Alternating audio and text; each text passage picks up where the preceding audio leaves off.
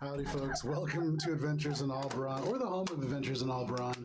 I am Joe, your Dungeon Master for this evening, and joining me and laughing off camera is Hannah, Dan, Miles, our original Alana, and Tina. So we are not playing our regular session, as you can probably tell. We have a couple different name tags that are on our stream, but this is an original 5th edition Feywild adventure called the Marigold Mare. But before we get started with that, a couple of quick announcements. First of all, we have two kinds of currencies that you could use. We have channel points, which you accumulate for free by watching the stream. You could use a couple of those to do a whole variety of things. Highlight messages, unlock emotes for a couple of different characters, including Heinrich.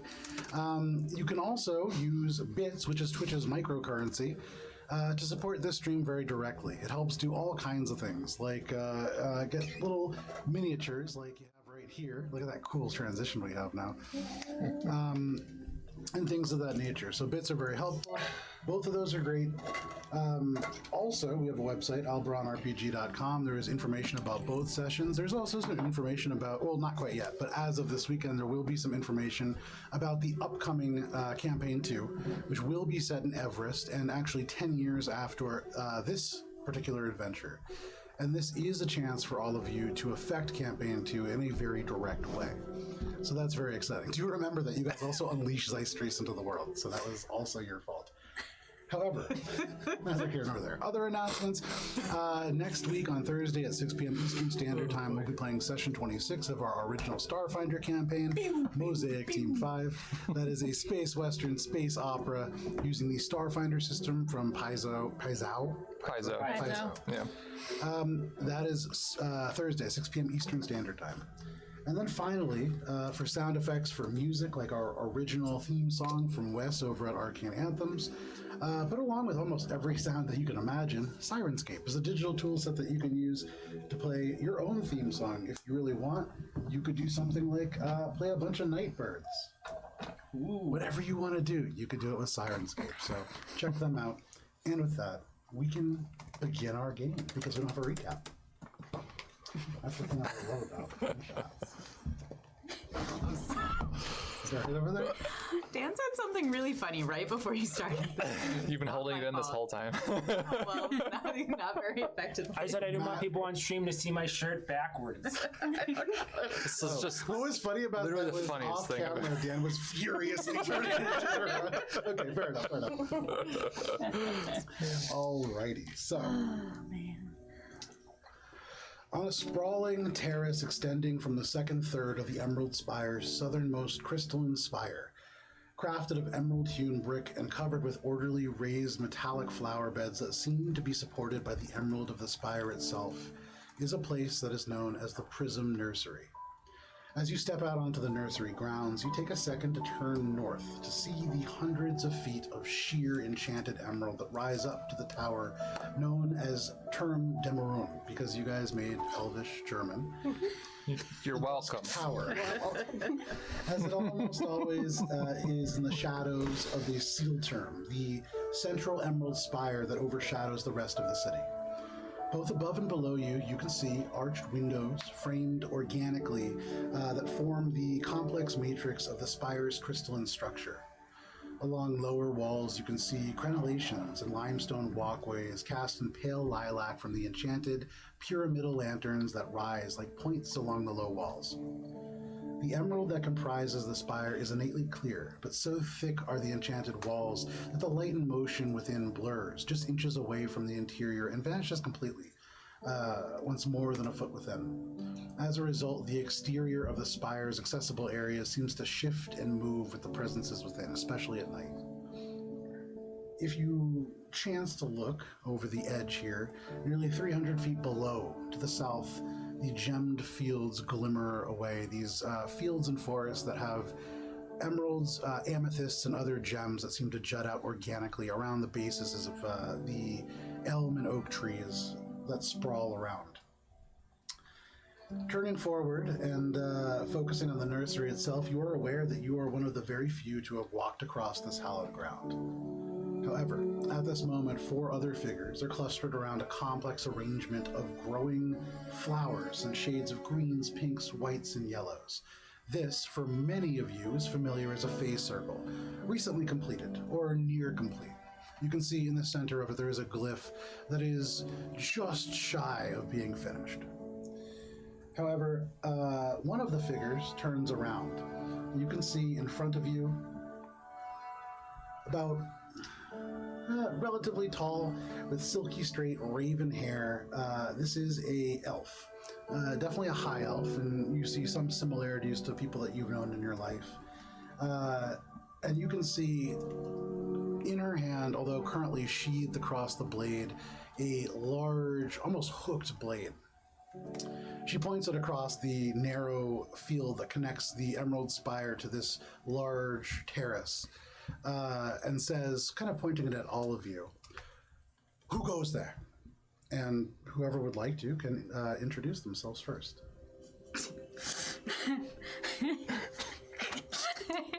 I'm going to say you go last. You go last. I got plans for you. All right, well then fine. I'm caught off guard by the quick, abrupt interjection in the silence and peace and beauty of this natural area, and just kind of cower behind the closest person, like, sorry, my name is Emil Frond. I'm just here to I really like flowers. These are really pretty. Can I see them up close? Is that okay? You can. Oh man, I keep doing this because I did Starfinder last night. Go ahead and make a. It's not diplomacy. Somebody help me out here. Persuasion. Persuasion. You sure that wasn't intimidation? All right. Well, As you caught off guard and caught off guard again. That is a total of a 5. You falter in your words, kind of stuttering as this person points a still sheathed weapon at you. You can see behind them now 2 of the other figures turn. One of them, a little over 6 feet tall, bone white skin, dark eyes, accentuated with heavy eyeshadow. You see hair the color of ash, sunken features, high cheekbones, another high elf.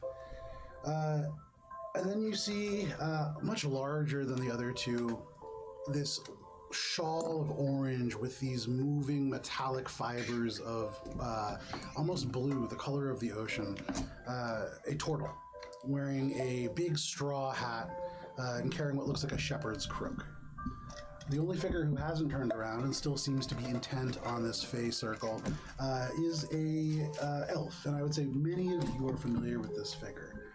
This is Administrator Vase Ellerite, and they are the, maybe not the leader of the city, but as people who are not necessarily within the government themselves, the highest person that you would interface with directly.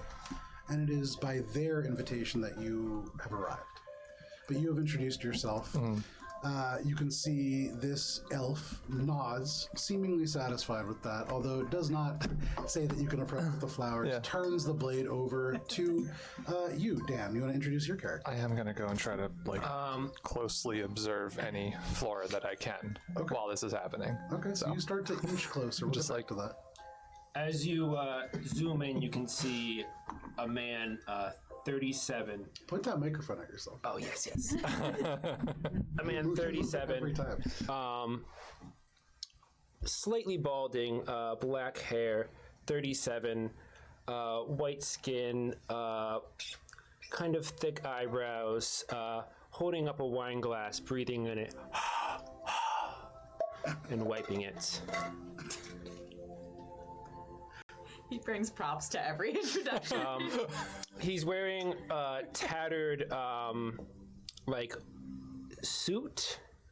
Not really like a fancy, suit you'd find at Men's Warehouse, but more like a fantasy suit. There's patches. It's a little bit more worn for wear. Sure. And especially in this journey, it's seen way more worn than you would typically see. It's like a Mad Hatter style. Yeah. There's definitely some frayed. It's definitely the elbows. Not the elbows. The arms. The elbows up yeah, here. the arms have been frayed off, and it's more like a vest. Okay, awesome. To be awesome. honest. It's a suit vest. Yes.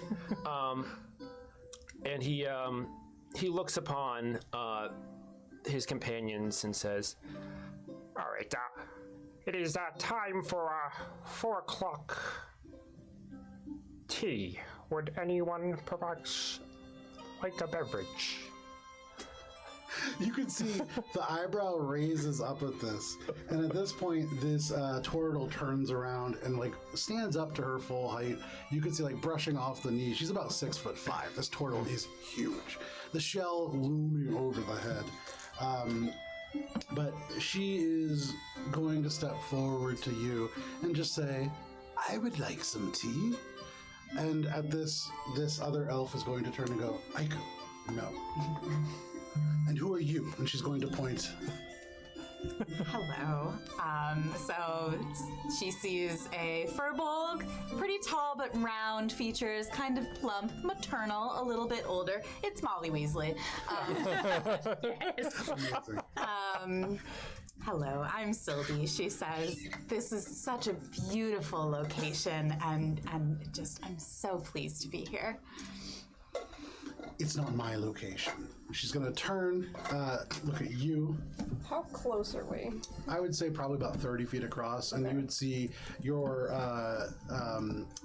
wizard companion kind of like inching across the ground now, maybe about 5 feet closer. Disinterested with these proceedings. My name is Sasha, but you may call me Sasha. Very tall, high elf, though looks very strange for a high elf. Bleached out, almost gray, silver hair, long and straight, in dark leather clothing, with a very prominent, large scar down the left side of her body. Very long, very dark sword strapped to her hip. Just kind of stayed there looking very intimidating.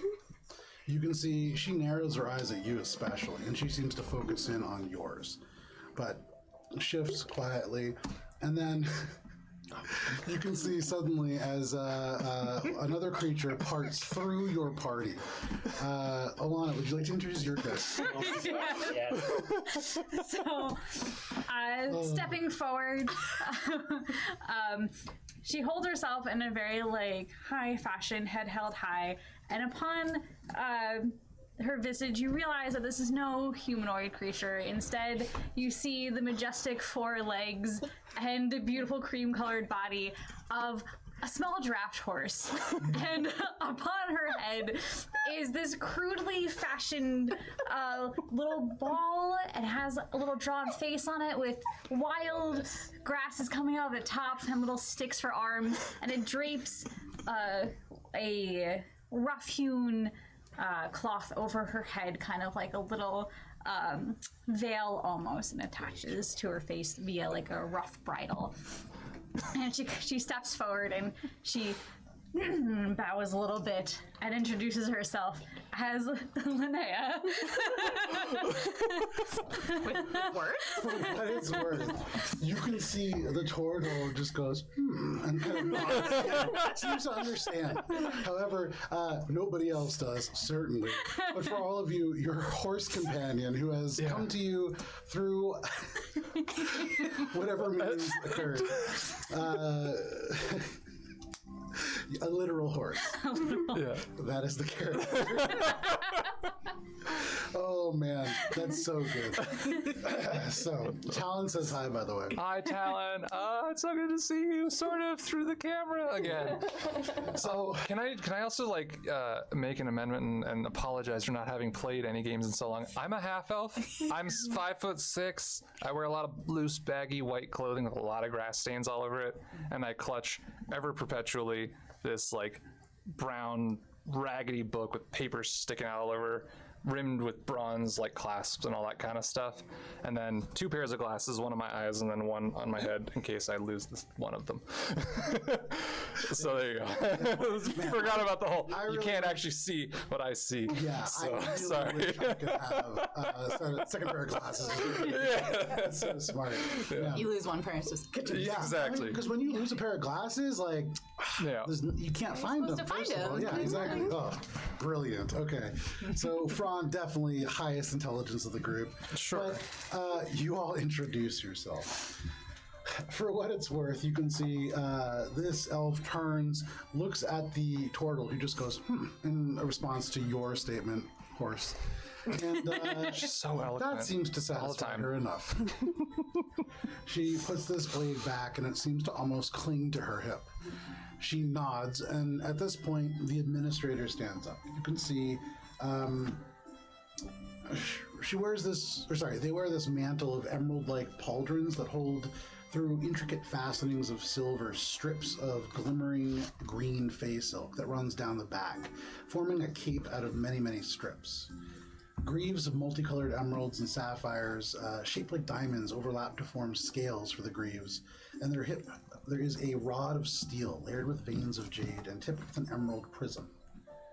This is Administrator Vasilite, who says, "Now that the drama is done, we can get into the reason for all of your calling, yeah? Behave yourself, Miss Tallow. You are all guests of the spire." And you can see the elf just kind of nods her head, slightly in deference. "You all stand on the future of the Emerald Spire. It may not appear much, but it is from here that you are expanding our city for the first time. To do so means we must have the proper reagents, however.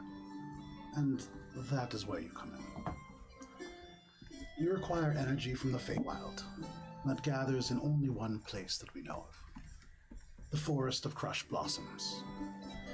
This place lies in the equinox zone between the territories of the Summer Court's Wildwood and the Autumn Court, and the energy falls along ley lines to collect a strange way. As a result, there are several ways you can gather this material for us. As it falls like snow, it does gather in rifts in this valley, and you can scoop some of this up. About an ounce of it will work as a small amount. However, more concentrated, the souls of those lost to the Feywild in this region can fuse with this material, and when they are laid to rest at last, they leave behind a cluster of this, it's called Wakepeter. The ultimate concentrate is renewable as well, and that's what we like. Have you heard of the Marigold Mare? Can I roll into history check to see? Roll at advantage. Goddamn horse. Ooh, I rolled really well. Hold on. What is a horse's modifier for history? -1. Sure. I rolled an 18. Damn. Wow.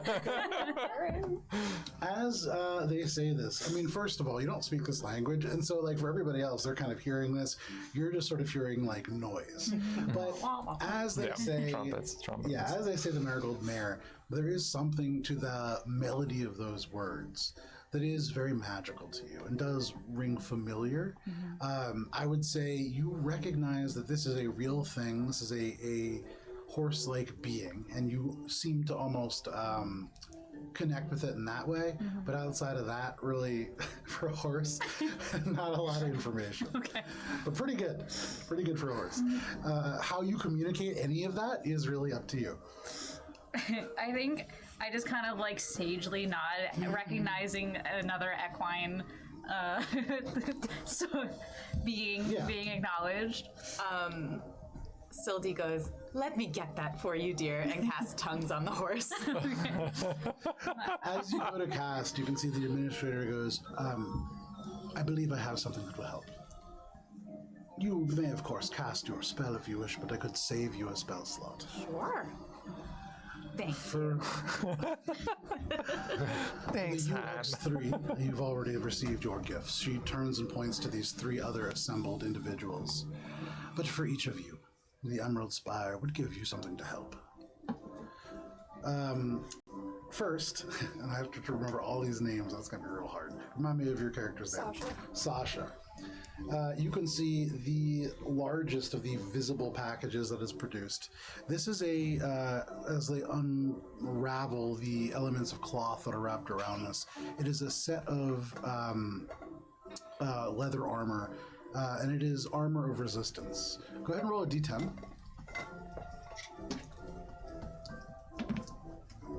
Is it 7? So Very like Santa Claus kind of situation. yeah, so this is a soundtrack on Sirenscape that is called Fairies and Dandelions. Yeah, I mean, I believe it. As you pull out this armor and kind of like manipulate it, you can see along it there are these traces of almost like clear fabric, almost like fishing line. And it forms this intricate elvish shapes, and you can see resistant to poison is what this would provide. To the human, actually, you're going to go last. For the furball, you can see they pull a relatively small wooden box out, although it seems quite heavy. They strain to lift this more than even that armor, which was maybe 3 times the size. They set it down in front of you and pull the lid open, and you can see within 2 huge gauntlets. They seem mildly oversized for you, however, you have the sense that they'll probably fit. But these are gauntlets of ogre power. Ooh. That's very OP. She just kind of like. Dan, what was your roll? I couldn't find it. What do you mean roll? Did you roll a D100? Oh, I did not. Roll me a D100, please. Does anyone have a We're D100? doing it live. There you go. I have a D40 already. Yup. Okay, that's 30. 30. 38. 38. Ooh, hang on. You're getting what Miles is going to get. I rolled 18. Oh, no, never mind. Yeah. Okay. I thought you had a 48 for some reason. Okay. Oh, okay. well, does that change how exciting you were? Never mind. No. If anything, it's got to, you know what? It is going to get worse. Oh, yeah. It's my specialty. Perfect. Ruining everything for everyone else. To the human, as you obviously seem to accompany this horse almost like a little bit at its heel, the administrator approaches you and pulls out from behind their back a bundle of hay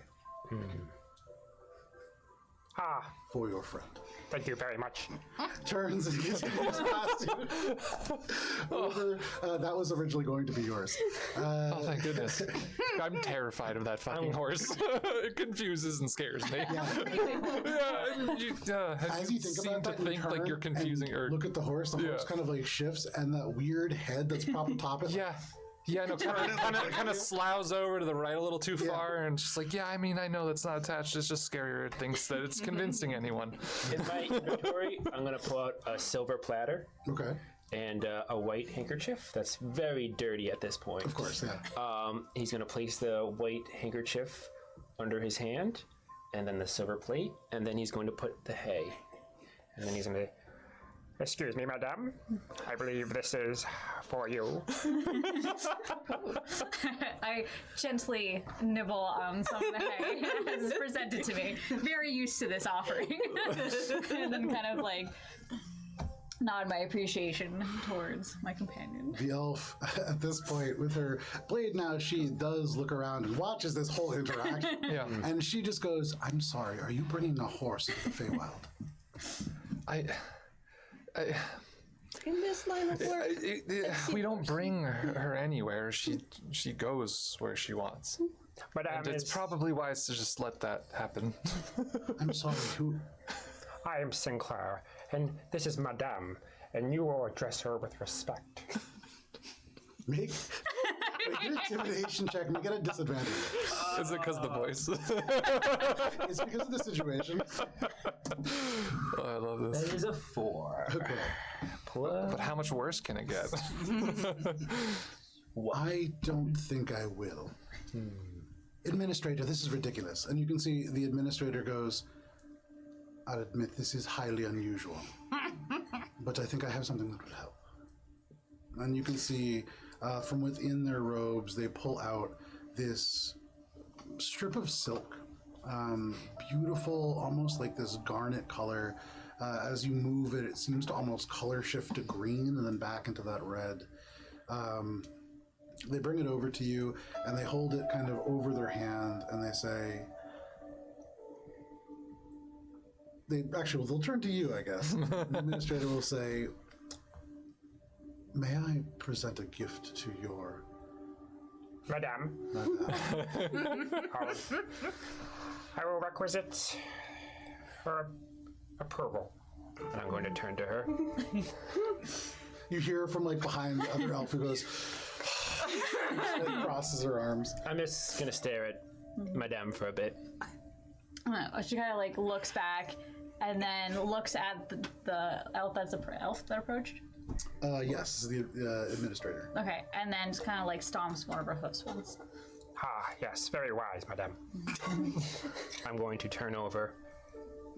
Madame graciously accepts your gift. Of course. He takes this headband of intellect, and as he kind of stretches it over, he kind of Enough for speech, maybe. places it upon the horse's head, and your intelligence score becomes 19. Well, now I'm useless. Great.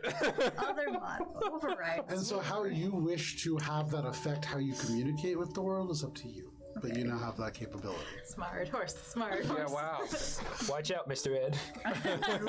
You got the high roll for the item, so it worked out beautifully. Nice. Yeah. Nice. At this point, he's going to turn to you, and he's going to say, regrettably, we have run out of gifts. Can I take, I just point at the flowers again? Please. Thank you. And I'm just gonna go run and just start like on my hands and knees, just like very closely, Make a nature like check. checking out what's going on with these plants and Yeah, seeing make if I could, through it, learn anything at all about anything at all. All right. Nature. I'll say nature or arcana, your choice, because as you look at this, there are plants, and many of them from the Feywild. However, as you look, Yeah. they do form these intricate patterns, and you are recognizing there's arcane stuff at work here. Yeah. I mean, yeah, Arcana for sure, since you I'm go. familiar with normal nature, but I know we're here for the crossing over. So that would be, sorry, a total 25. 25. Yeah. Okay. Fucking yeah. Looking at all of this, what languages do you speak? The list contains Common, Elvish, Sylvan, Draconic, Gnomish. Okay, so Sylvan. Yeah. You can see there's a lot of Sylvan worked into this. And with that roll, no problem. You can see that this is going to lead you to a place within the Feywild that is right on the border between the territories, ever shifting as they are, of the Autumn Court and the Summer Court. Okay. It is a place that is known to be full of relatively mundane beings that have been slightly shifted by the Fey presences there. There are all kinds of plants and things of that nature that you are aware of. However, one of the things that kind of sets this place apart, the entire floor where most of the Autumn Court is kind of covered with dried leaves of various colors, it is just a valley of almost crushed marigolds. They don't seem to have a source. There are no living marigolds in this place. I think I'd mutter that And like sure, totally absentmindedly, but loud enough for anyone who cares to hear it. and there are dried not paying marigold attention to petals people that do anymore. make up most of the center glyphs in this pattern. They're like Marigold. With that roll, I would say you can also tell this circle, once open, will open for 6 hours. At that time, this will close, and based on the way that the Feywild works, it's pretty tough to open a non-permanent circle in the same place again. Yeah. So you're definitely on a time limit. Yeah. Would I have any inclination as to which of the cities or locations from that sort of pre-existing knowledge that I would have? Like Uhex or Nostovstok or anything like that? UHEX is, and you actually just heard the administrator say the UHEX 3, and you Right. see these 3 other heroes, probably right. their like party name. But Intuit that UHEX that's where we'd be going or something. No, so you guys are going, it would seem, straight into the Feywild. Oh, just jumping right in. Oh yeah, Well, it's the Fey okay. Circle, and you guys are going to go right in. Yeah, okay, so that dawns on my face and it goes from like excited to like, oh, and I look up at any one of the closest of these attendants or whatever, and I'm just like, this is going right into, I have never, okay. I'm just gonna like kind of start muttering and like wandering in circles, trying to like prepare myself. I think we're just gonna dive right in there, all the way, right? Just. What did you think was going to happen? Well, I had a pleasant walk with more vistas and things to collect and catalog. Wild is Will be. beautiful. Oh yeah, I know. I mean, I'm afraid of this horse. I don't want to see what else is in There is The nothing to horse be doesn't afraid. seem particularly aggressive. You'll This may be difficult for you in particular, then. No, I'm fine. No, I'm fine. We're good. Well, the dominant creature in this place is horses. Yeah. Oh, yeah. You can see. Okay. I'm gonna place a hand on his shoulder. I would not be afraid of Madame. Okay. She only wishes to spread a good amount of cheer and blessing on all of us. Is that why the crudely drawn smiley face on the top of whatever's on her head? Madame's appearance has definitely changed throughout the years, but she is still one of beauty. She kind of like tosses her head. Just a slow motion shot, and just like the mask is just kind of flopping. Sylvie reaches over and like ruffles the horse's ears. You can see at this point this elf who has not been identified yet kind of turns, but the administrator turns to her and goes, "Now, Arivabella, this may be helpful, having a horse to obtain the Marigold Mare. You should have thought of something like this." And you can see she just kind of crosses her arms and looks away. But he turns. The Marigold Mare is a horse that has been suffused with this Feywild energy. To bring it back would give us a renewable resource. We would not need to venture into the Feywild again and again. By harvesting the mane of this creature and allowing it to regrow, we could continue the work on the spire. So you're looking for live delivery. Yes. Doesn't change that. Now, regrettably, the great rewards that we have in store, we only have enough for one of your groups, so that does make this into something of a competition. Whoever is able to bring more of this resource, gathered through any of those three means, will receive this reward. You will only have a number of hours to return. So make haste. Have I ever been to the Feywild before? I would say roll a d100. Okay. So the three things were the Wake Peter, the actual Marigold Mare, the material and that you're looking for. okay. It kind of gathers results it's like of a your dust in these little rifts. It's like the most kind of diffuse way that you could find it. It is much more concentrated in the souls of creatures that have been trapped in the Feywild, and once Okay. you kill them, presumably you would be able to extract that essence. Got it. And then the number one place that would really have the most resources would be the Marigold Mare. The thing itself. Okay. That's the snitch. Yeah. So I rolled a 49. Okay.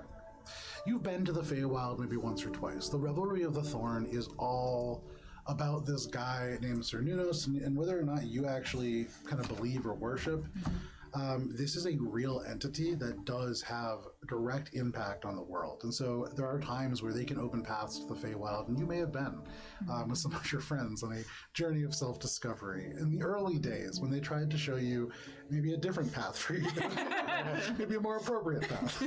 One of wisdom. But as you continue to pursue being a centaur, eventually you really found a permanent home within the Revelry. And so you've been to the Feywild maybe once or twice, never to this area. Okay. So you can see like her ears kind of flick back and forth that she like considers returning to the Feywild, but also the concept of potentially capturing this mare. I'd love to see you just absolutely saddle up and just ride the So mechanically, a centaur is a medium creature. I know, that's why, because So it would absolutely technically work. works. That would be like a Grand Theft Auto horse mod. The horse is like walking around like this, and then just sits down. It's very upsetting. A centaur tar. Just stack horses. There's a glitch in the mechanics where you can stack centaurs. Oh yeah. And then you touch that swing set and fly across the map. Yeah.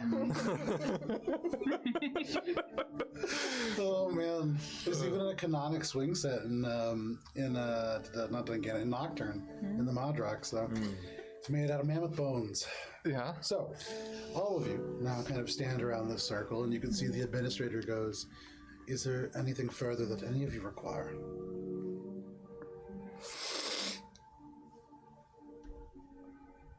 Very well. You can see they step forward, get close to the circle, and they begin to move elements of the flowers and kind of gathered woodland elements. Give me just one moment. As we're waiting, I see a fly go near Madame, and I. That happens. Appreciated. With that snap, it's almost like this really tarnished butler casts a spell, because as that happens, suddenly the portal rips open, and you can see almost transposed across reality, something different. Give me one moment. You can see there is a burst of blooms and mushrooms and tiny mirror-like rocks that emerge around the circle. The space within, let me turn this portal down a little bit. Yeah. Very loud portal. Get motion sickness. You can see the administrator's like, sorry. It just turns it just down. It's a little smaller. I haven't passed this very many times before, so you can see Oh, that's reassuring. almost ethereal through this. There is a coastal woodland. This is something called, or a place called the Dreamtide Coast. And actually, I would say, given your role, you've been to this place before. This is right on the edges. This is where the Sunward Coast is in Dominion. This is like a normal beach where there is a city called Port Quinn. However, here there is a beautiful woodlands that you can see sprawling out in front of you. And if you look up through the portal, you can see the unbending, unending, dark emerald facet of the Feywild sky. This forever dusk that seems to glimmer above. And all of you, if you wish, can just step through. You can see the UX3 immediately go through. So she kind of just neighs and projects mentally to her companions. Onward, let us journey. And all of you. How does it actually come out? Yeah, actually. So actually, that's if I can mentally communicate with my companions. That's what you would hear. Otherwise, you just kind Sure. Add telepathy. Add 30 feet of telepathy as to one of your languages. You Okay. can absolutely speak Hell yes. telepathically. Suddenly, Hell yes. with your newfound high intellect and no magical ability to speak of, all of it is channeled into this psychic membrane within your brain that allows you finally to take this fey transfused element of individualism that has made you from a mere horse into a horse with a capital H. You now have the capability to fire your thoughts into people's minds. I love it. Congratulations. I love it. Language canon.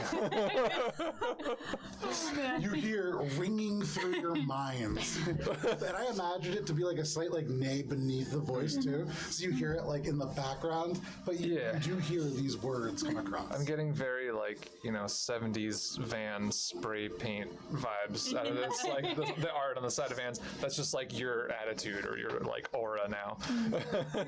Sylvie's gonna go, ooh, well done, dear. and just kind of canter through the portal. Sylvie looks over at what's your name again? Emil. Yeah, looks over at Emil and tries to gauge whether she thinks he needs an assist through. Are you ready, dear? Oh yeah, no, I'm fine. I'm just gonna sort of edge over towards Sasha, who I feel way more comfortable around in terms of the largest, most protective-looking figure of the group. Or silly pat him on the back and It's hey Sasha, take off! Just I would have gone in with Madame. Yes, of course. Yeah. following behind. There you go. Here we go then. So you disappear, and one by one, you make your way no, into the Feywild. The parent on a field trip. That's the vibe. The portal does stay open behind you. I'm going to turn it down just a little bit because it's quite loud. But as you step through, you do find yourselves within a different place. Give me 1 second. Turn that very different. You are now within the coastal woodlands known as the Dreamtide Coast. You can see there are elms and oaks that grow thick here, similar to the area that you were just in. However, they are larger, and many curve near the canopy, making for entire platforms of branches, about 80 feet up in the air. Scant few bushes or underbrush grow here, but there are flowers that do seem to crowd into the shadowiest places, almost paradoxically. Like in a normal canopy, you would find a lot of underbrush in the places where sunlight falls. In this ever dusk place, it's in the darkest places that these bright blooms grow. After entering, you can see there are the other 3 individuals. And actually, let me go grab their miniatures. Uh-oh. Bum, bum, bum. It's a horse. Yeah, I was so pleased that I happened to have bought. I got 12. Did you get that horses from in like bulk. Michael's or something? And so I had done that like literally maybe a week before. Oh, that's And perfect. I got them in the mail, and then you sent that literally, I would say maybe 2 hours after, you sent the picture of the horse and the guy, and I was like, oh my god, this is perfect. That's amazing. You can see I splashed Dakota White on there real fast. So, yeah, I could actually throw our close-up camera on, and you might even be able to see a little bit of this miniature, although I forgot to zoom it in, so maybe not as much. However, on our Instagram, @AlberonRPG, important miniature. Yes. Wow, look at the paint job my on that glory. primer. Technically, Okay. it's primer and then a coat of matte white. So, Okay. So Matt's I not put here a tonight. lot of work on it. Sorry. So, Also, as hi, you Matt, walk if you're through, watching, you can see miss you. these 3 individuals. They look exactly as they do there. The only real difference being the elf that you see right there. Their hair a little bit more into like the silvery spectrum. Still brown, but you can see these streaks of silver through. Otherwise, exactly as you see, that is the UHEX 3. And you can see as you enter, there is this kind of tension between the 3 of them, especially from this elf. And she actually says, "You're wasting your time. We were sent to help, even though it is a waste of helping, or sorry, it is a waste helping the Emerald Spire further its middle projects. But our masters desire good relationships with our people. Stay out of our way, or end up beneath my boot." And she turns, and the 3 of them go off. You could see the turtle turns around and looks at you, actually, and just goes, "Sorry about that," and just disappears off into the forest. She's quite rude, isn't she? Well, onwards. I heard of the Marigold Mare before. Make a history check. At advantage because it's about a fey creature. What order did you choose? Profane soul. Yeah. Hell yeah. Yes. That is a dirty 20. A dirty 20. I look up and I'm like, Sasha, you have that look again. What is it? So the Marigold Mare, you've heard elements about that in the context of within the Feywild, there's a number of creatures that have, with the magical properties of this place, taken on very unique qualities. The Marigold Mare has something to do with memories or dreams, but outside of that, you can't really remember much. And you're not even sure where you heard that, because this creature supposedly disappeared some time ago. Would I have kind of an idea of how to track it? I mean, there's many ways. How do you want to try to track this animal? I mean, I suppose look for any sort of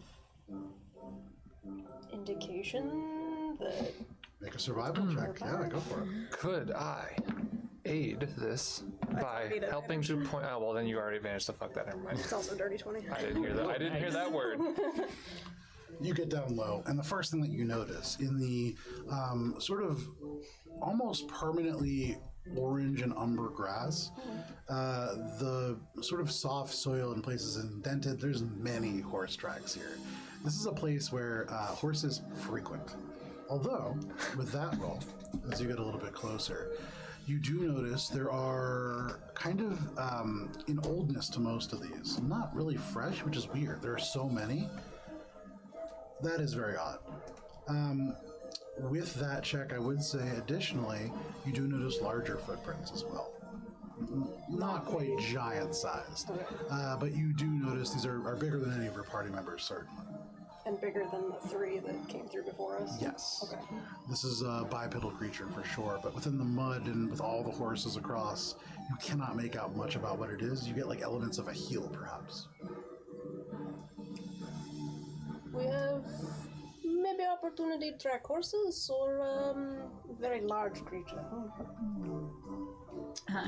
Linnea kind of turns towards Sinclair and projects the thoughts. And they're not quite words, they're more just like concepts. Yeah. Basically just asking if he remembers the last time we were through this area and if he had seen the Marigold Mare before. Of course, madame. Of course, I remember. This place is not one that escapes the memory. But the Marigold Mare, it is a bit on the tip of my tongue. I hope that we will find it. No, I do not hope. I know. And I'm gonna kind of give like a nice bow to you. In my honor and in my service, through years of serving the Davenports and the Fitzgeralds, and then after the Fitzgeralds, the Williams. Very helpful, but which direction do the large footprints go? Sasha's not having this. These larger footprints, you do see they seem to track to the north. Okay. So Linnea's gonna kind of like turn towards the rest of the companions and think about a herd of horses all running together, and then like basically saying that like she believes that the mare would seek out her own kind because we believe that together we are safe. Good point, dear. Sildy's from the Feywild, so are we like anywhere that she might be familiar with? This is on the very northern tips of where you may travel, so presumably you are either affiliated with the summer or the spring court, if any at all, and if none, you generally wouldn't want to really go into the autumn or winter courts area. This is a place that you probably haven't been to, but you're familiar with the general area. Would I be able to do a perception check?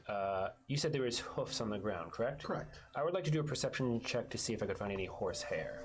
Perception check. Yes. Actually, let me get. Where is it? The Akadai. Oh, here. I have a Dan chaotically really likes to roll Matt's dice when Matt can't stop him. not here. Because Matt gets upset about it. There's a lot of great videos of Dan just reaching across Just to grab one of his Matt just going 16. 16. With the 16, you bend down, and sure enough, here and there, when you look at the edges of like the trees, there are no bushes, and so where horses have gone across, like into the bark, there is like little elements and tufts of fur, several different kinds. There are a variety of horses. What I would do is I would take each different kind, classified by color, and I would put them in glass viral jars. Okay. You end up with a total of 6 different jars. Okay. There seem to be horses that are black, brown, white, a variety of different colors. I'm gonna. He's doing that. I'm looking for a path in which they would have gone.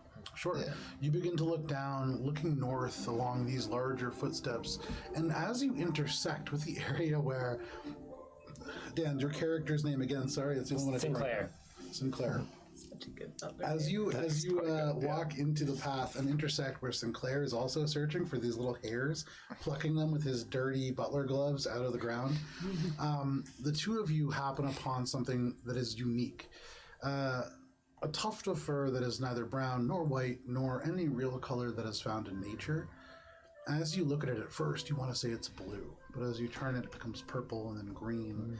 It has this beautiful, almost nighttime feel and look to it. And from what you've heard of the Marigold Mare, those of you who have, this would certainly match the descriptions of the physical creature. For your collection, Butler Man.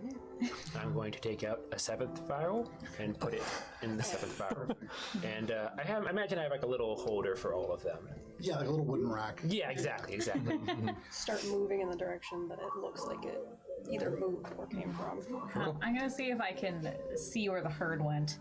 Okay, make a perception or nature check, your choice. Can you affix the word horse before every skill check you request? Make a perception check. Thank you.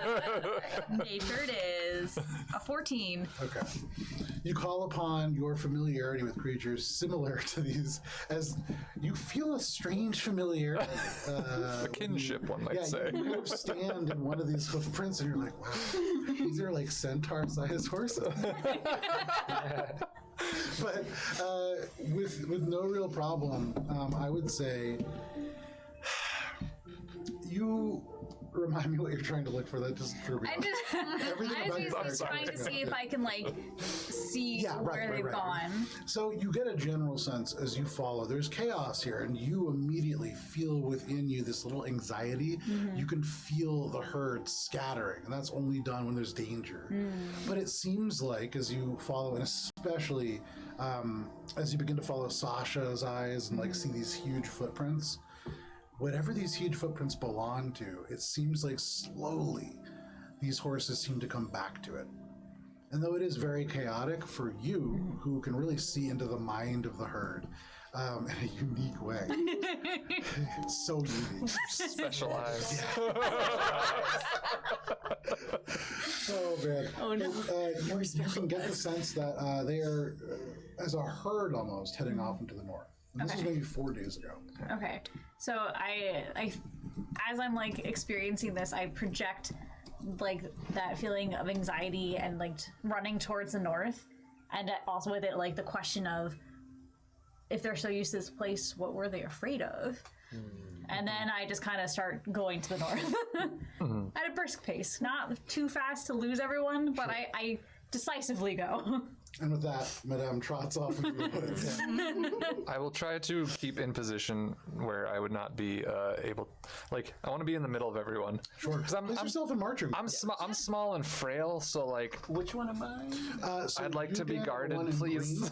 Can I hide behind you, Sasha? Oh, perfect. I love this. Yeah. The horse is the horse. Thank you. The blue one is Anil. Yeah. And then the one that looks very similar, actually, to what Tina wanted for her character is Tina's character. Nice.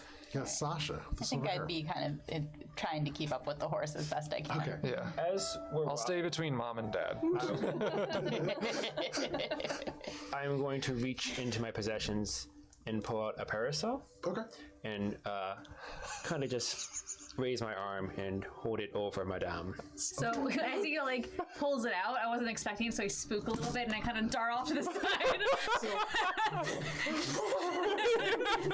And then once I like understand what happened, I kind of trot back and go back into order. I'm gonna take this moment to like thematically apply my mage armor, just so I can have it active and not lie that I didn't start As the using it. horse So swoops and kind of rears up for a second. it's just Yeah. you just see like that like bluish greenish like hue just like settle around me. Sylvie's gonna look at Sinclair and be like, "Really, dear? I thought you knew about horses." And then just kind of like reach over and pat the horse. There, dear. I know, Madame, more than anyone in this. How dare you? Oh, well, I didn't mean to offend. You kind of get the sense, Berlin, the two of you kind of like get the sense of Sinclair and like a trusted companion kind of reassure that I am not insulted nor truly afraid, just was taken a little bit off guard. Well, very good, dear. Understandable, These Madame. complex emotions just roam across your brain. And at first, it is kind of like this alien, almost invasive feeling. But they are these not quite pictures. Concepts is the way that you describe them, but it is to your mind almost the same as remembering smells and sounds from a long time ago. You can almost feel them in this moment, and they become so visceral and real. But just like that, they're gone. And so, like, there are moments for some of you, perhaps, where you're like, am I losing it? But yeah, you're communicating with the horse. Yeah. This is like a dream come true for Sildy, because Sildy, as a furbolg, can talk to animals, but has never had any of them talk back to her. So most this magical is like a watershed moment. I kind of Moment, you're like, can they all talk? I've just been ignoring them. Start to feel a little bit bad of myself, but I'm just gonna turn to Sasha after this whole exchange goes on and go, Sasha, I mean to ask, don't you find it weird that no matter where we go, we just seem to always be following the horse? Like our leader is a literal horse. Is that not odd to you? Yeah, I've seen worse. Yeah, okay. You follow your leader. Into the Feywild. This whole night is just sentences I never thought I would say. Yeah, especially does twice the a tongues week. one is the best one. Yeah. Questionably repeatable on air. God. So you begin to walk north and into the forest, and as you do, the elms grow up around you, and this place does begin to get a little colder, almost unnoticeable at first. But as you do walk, the scenery does begin to transition. Horse, as you are leading the party, please make a survival check to navigate the group. Yeah, 18. 18, okay.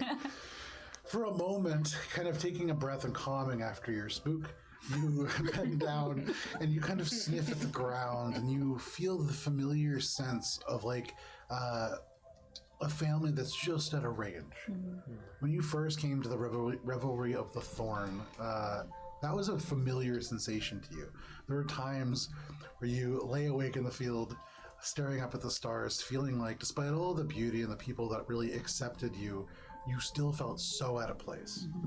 And there is an element of that, and you kind of begin to hurry a little bit. You feel very confident about where they are. You can navigate smelling and sensing them, and as you begin to get a little closer, 15 minutes and 20 minutes in, there is this excitement that is building in you because you're almost sure there is something different about these creatures, and there's always been something a little different about you too. None of the other centaurs have white hair like you do, so that's probably it. But you walk. It's your defining trait. yeah. It's kind of passing. For you, Sinclair, there are a lot of times where you use the parasol almost as like a shield to keep the branches from snagging at this weird scrawled face that is the horse's head. In order to keep this blanket from being torn away, you have to like poke at the branches and keep them away. But no problem. You do so successfully. As you wander, you do pass a number of different kind of plants. For those of you familiar with the Feywild, you do know that the emotions that occur here do seem to kind of ripple and change the very geography and physicality of the place around you. So as you are walking, and as you are the leader, Everything feels confident and self-assured. what are your emotions going forward?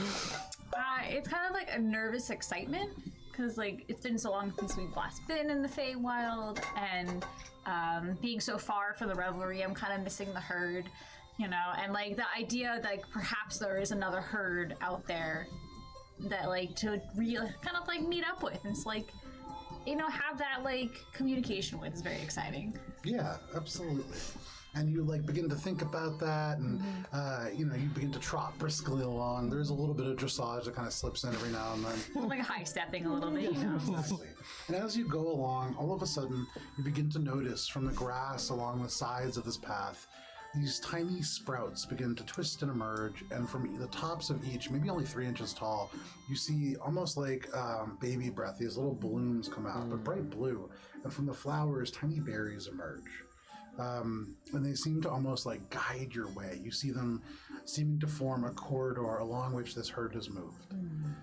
For the rest of you, you see this as well. All of a sudden, as the horse walks, you like being like, "Why did we follow the horse?" Yeah. Suddenly, these things begin to bloom around the horse as you walk, and you're like, I'm going right. Yeah, I am going right for it, and I'm starting to like take notes and samples and stuff like that. Make a And nature check. is it possible to eat one of these and see what it does, or identify it before I eat one of these? That kind of thing. I definitely fixed myself at the end there. Sickness berries. Yeah. So nature check, another another 25. Okay. Yeah. I mean, that's 2 17s in a row. These light Drew blue from berries, Dicey as you Encounters, kind of thank look you. at them, if you were to like take a little sprig and pick it up, Yeah. they ring almost like bells.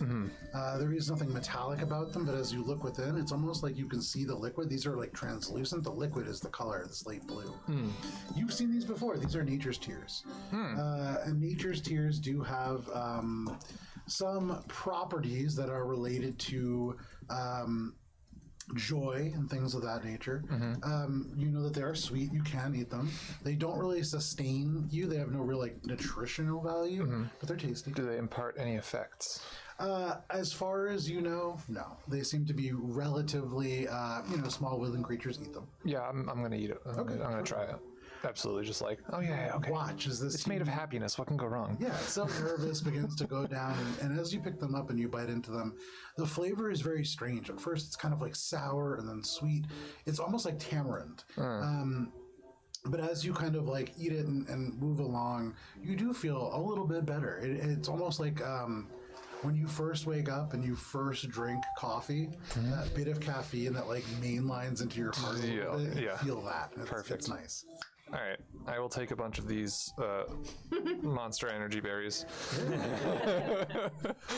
I'm gonna collect enough for all of us, for a few for each, and I don't know what else. Just like a handful. You can add a handful of nature's tears to your inventory. You continue along. Go ahead and make another survival check. At this point, I will say you haven't been looked especially over at the footprints. You did originally see the turtle footprints especially, but all of the three, they seem to veer off a little bit to the east at a point, and then you kind of lose them as you continue along this corridor of flowers. Okay, so that is. I just want to make sure. Yes, another 18. With an 18, as you kind of move along, the woods are getting a little bit colder here. And you can see now the trees above you are beginning to transition from these beautiful leaves to not dead, they're just as alive, but you're seeing here and there amongst the green just puffs of bright red, orange, yellow. And along the grounds, for the very first time, you're beginning to see these little curls, dried marigold blossoms. You walk for another 15 minutes, and all of a sudden those blossoms begin to disappear. You come across this tree that you could have almost sworn that you saw before, because you distinctly remember, you can see like a low-hanging branch, and you remember Sinclair like fighting with it with the umbrella, like a common parasol. You're almost confident that you've been here before. You're not sure, but you might be kind of on the cusp of getting lost. And in the Feywild, that's not the best thing. Yeah. So at this point, I would pause and then kind of like try to look around a little bit more, see if I can sense the herd, I kind of like send out to my companions the idea of like circle. You guys see just like her mind's eye, and then question mark. Excuse me. Have we circled back then, dear? Oh my. Oh man. Oh no. Okay. Sylvie's gonna look around and see if she can try and find the right path. Make a perception or survival check, your choice, and each will do a different thing. All right, we'll go with perception. That's a natural 20 Oh, for a total wow. of 28. So, a couple things sort of catch your eye all at once. First of all, in this space, as you look around, certainly you've been here before. You look down, you can see like all of your footprints capitalized by these fresh horse prints amongst the rest of them. But as you like look down and look around, you notice there is one additional set of footprints. They seem to pop up only in places where these little, where the very few shrubs that are still growing up grow. And you get from that with the 20 seeing just like 2 footprints, maybe like a couple steps, and then gone. Probably a flighted creature. Oh. You look up. the thing that nobody in D&D does. It's like a feature, I think, and you need to like get it at level 20. And you see kind of perched up on a with tree, using the looking down bathroom. at you, a That's the fairy. other thing no one ever An does. elder fairy. This looks like a garden gnome, but with tiny little grayed wings that are like shriveled, but still very much probably useful. This fairy no more than maybe 18 inches tall, and so he's kind of perched up on a branch and looks down at you. And as you look up and make eye contact, he just goes, "Hey, you lost?" Hello, dear. Yes, I'm afraid we've become a little turned around. We are tracking the, what is it called? The Marigold Mare? Have you seen it around here recently? Oh, I know all about the Marigold Mare.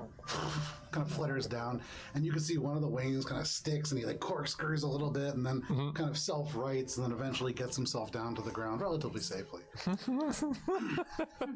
kind of like walks over to you, and here in the area of mud that does dry a little bit, you can like hear the little tiny foot just. And then he walks up and looks straight up at you. How tall are you? You're a full bro. You're pretty. I'm pretty tall, probably at least 6 feet. I'll kneel down, Okay. like one would, like a mom and a toddler, you know. Getting down on their level. Yeah. So you get down and you look at them, and they look at you, and they just say, "Well, it's been a moment since I've had any guests, and I'm in a mood for a bit of fun. I'll tell you what, youngsters. If you can solve my puzzle, I'll help you find your way. I know where the Marigold Mare is. I know who took her. Someone took her. Well, it depends on what you mean by took. I knew a guy once, and he borrowed things from people, and he thought it was okay. His name was Para, I think. I can't quite remember. No matter. I remember that Mare, I think his name was. Now, he was a fella, let me tell you. He was sort of on the shorter side for a fairy, which is kind of strange. Yes, I understand. So the individual who is with the Marigold Mare, though, Oh, what about them? what do they look like? Oh, well, I'll tell you if you finish my game. Well, very well then. What's the game? Oh, he looks at and kind of like tries to like straighten up as much as he can, which is still maybe 18 and a half inches. And he looks and he says, "Come, gather round, all of you. I can't project my voice so far. I'm small." Come on, then. Come on. Timidly, yeah. Cautiously. I'm not trusting of this creature from the Feywild who can speak.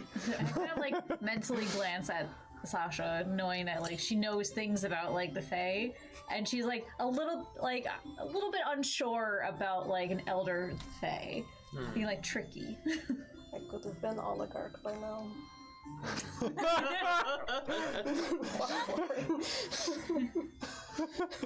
Well, we all had goals, didn't we? We can still have goals, right? Right? No? Of course, dear. Okay, thanks. So, do you want to hear my game? Not particularly, but since we are here, could you perhaps speak a little faster? Oh, well, I can try to speak a little faster, but when you're my age, you experience so much, you have so much to share. Like my friend Aaron, they one time told me that they had been to the material plane, to a place called Everest. It's just like this, but on the other side of the gemmed oasis. Yes, quite lovely. Your game. Oh, right. So, this is a little bit of a puzzle. I'll tell you all the clues that you need to know to find the right answer. My puzzle is called 6 Fey Berries in a Circle.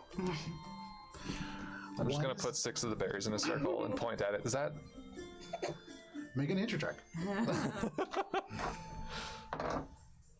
Natural 20. Oh, wow. Total of 26. Oh, you found one of them already. Yes. Nature's Tears. One of the berries. You don't need to find them, but most of them grow within 100 feet of here if you need them for practical purposes.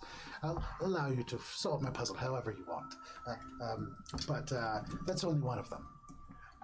One is yellow, one is blue, That one. one is sweet, and one won't chew. One is always just a little warm. One, when cold, will squig and squirm. One will melt your brain when eaten. One will make your heart feel beat in. The one next to the yellow one isn't blue. Death sits across from the one that won't chew. Harmony rests between two oceans. Across from a sweet, there's always motion. Next to dark, there's always light. The greenest beam is above the white. If the dream eater is north and the nature's tears are south, the simplicity berry west, tell me, what plant is east?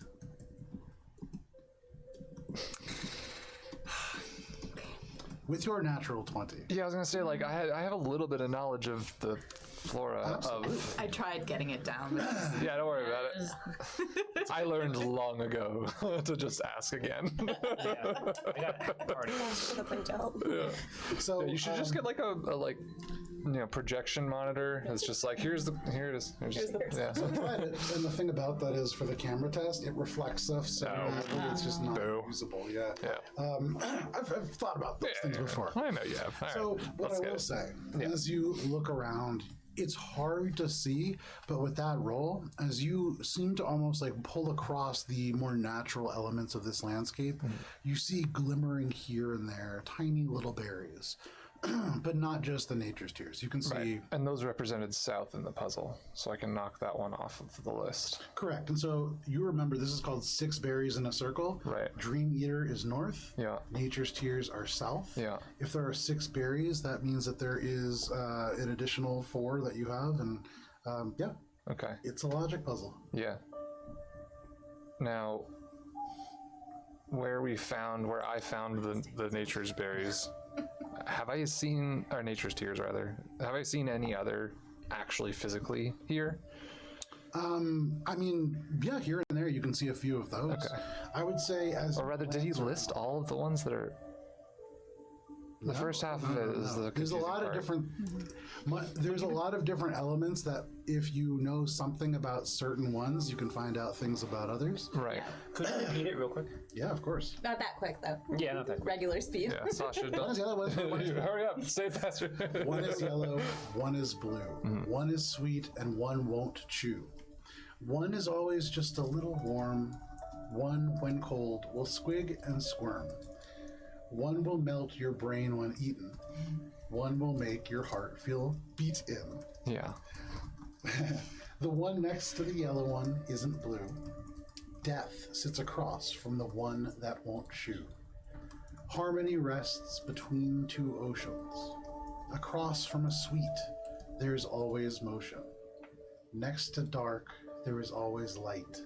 The greenest beam is above the white. If the dream eater is north, and nature's tears are south, the simplicity berry west. Tell me, which berry lay east?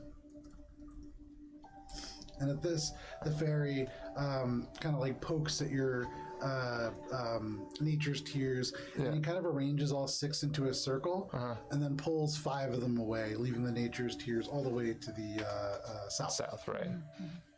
You can see. You have any idea what other 3 are? Well, You are a clever man. yeah, I'm trying here. You mentioned one about death. What does that remind me of? Good. With you know what? With that natural 20, Sure. there are. I would say. Is it one that was already named or positioned? Death will sit next to the one that won't chew. Right. You heard that, and then you also heard. You, then it there was was, like- named explicitly, but thinking about death, you think through your catalog of knowledge on plants and various things within the Feywild. Yeah. And there is something that immediately comes to mind because it's a pretty common reagent.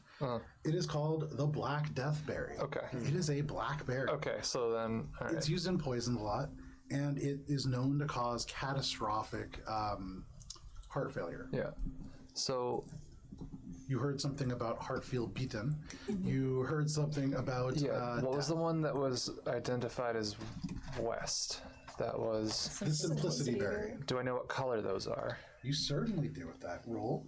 The simplicity berry is white. Okay, so then what would a green berry matching any of the descriptions that aren't death aren't the yellow one, aren't the green. You know, like I would say based on like combing away all the other things that we've identified with that, make an intelligence check. Sure, totally. Are there these berries growing around us as well? Yeah. Okay. We're doing just Could I straight do a perception intelligence. check to try to find a simplicity berry? Make a perception check. Oh, fucking another That set. is I a haven't rolled 19 lower than plus 17. 1, a dirty 20. 30, 20, and what was your total? I got a dirty 20 as well. Hey, what's up? You begin to sort of think about this. You want to take away. What was it that you wanted to know specifically? So I have an inkling that the one we're looking for in the east would be whichever one was a green berry, or one that I would know would be green that matched any of the descriptions from that riddle. Okay. Knowing that blue, white, and yellow, and then a black one too, have all been kind of identified somewhere else in the riddle. You begin to look around for something that might match this description, and just to kind of jumpstart your memory, Yeah. you can think of a million green fruits and berries that exist within the Feywild. Well, yeah, green, but Green, but what? green and whatever. Okay, so within the whole riddle, there were things about like won't chew or that kind of stuff. I feel like most of them got paired up, but there were a few descriptions left that didn't get sort of identified. The only if that makes place sense. that green is mentioned says the greenest bean is above the white. Right. Above the light, not across from. Damn it. So then. So, and then instead of this dark's next to light? Next to dark, there is always light. Okay. So the what- dark berry or the blackberry is probably going to be somewhere on the west. With my dirty 20, do I see... I meant to say a dream eater berry. Oh. So you see a couple of things with that roll, and I think also part of this is that you have this human going around looking at everything, just saying names of Yeah. And I'm looking for like the plant that produces the berry as well. Sure. So you find a number of things with that roll. You find a yellow berry that seems to be kind of spiky with these little purple points on it. You find more nature's tears, quite a few of them that grow from these little tufts out in the ground. You find a dark blue berry, and as you pick it up, it feels warm to the touch. You also find a round white berry that seems to almost be like, what is the word? Glossy on the outside. You see another white berry. This one, however, the way that you find this, within this kind of everdusk place, tucked into an area that is full of blooms, as dark as it is, this berry casts a faint white light. A faint white light, and so that is how you find it. Glows ever so slightly. Then, as you hear, berry that's green, what's green, what's green, from this other person, suddenly something jumps across your view. You look down, and almost like a lima bean, though green, you see kind of touching a little bit of stone, this little green bean. Then as it rests on this cool stone, it kind of wriggles and jumps again. Does it appear to be like the lima bean? Is it like just the bean part, or is it like the stalk? Or Just seems to be a bean, straight bean, walking through the forest. Just a straight bean. Yeah, just a horse, just a bean. I'm going to cast third level Speak with Plants. Okay. Hell yeah. Are you part of this puzzle? Excuse me. Where do you believe you are heading off to? On the ground, this little bean rolls over and kind of rolls to a stop. And you can see, or within your head, you actually hear the bean's voice. And you just hear, I'm just rolling along, heading where I want to go. It's the life of a bean. Also, how am I talking? A life of servitude, too.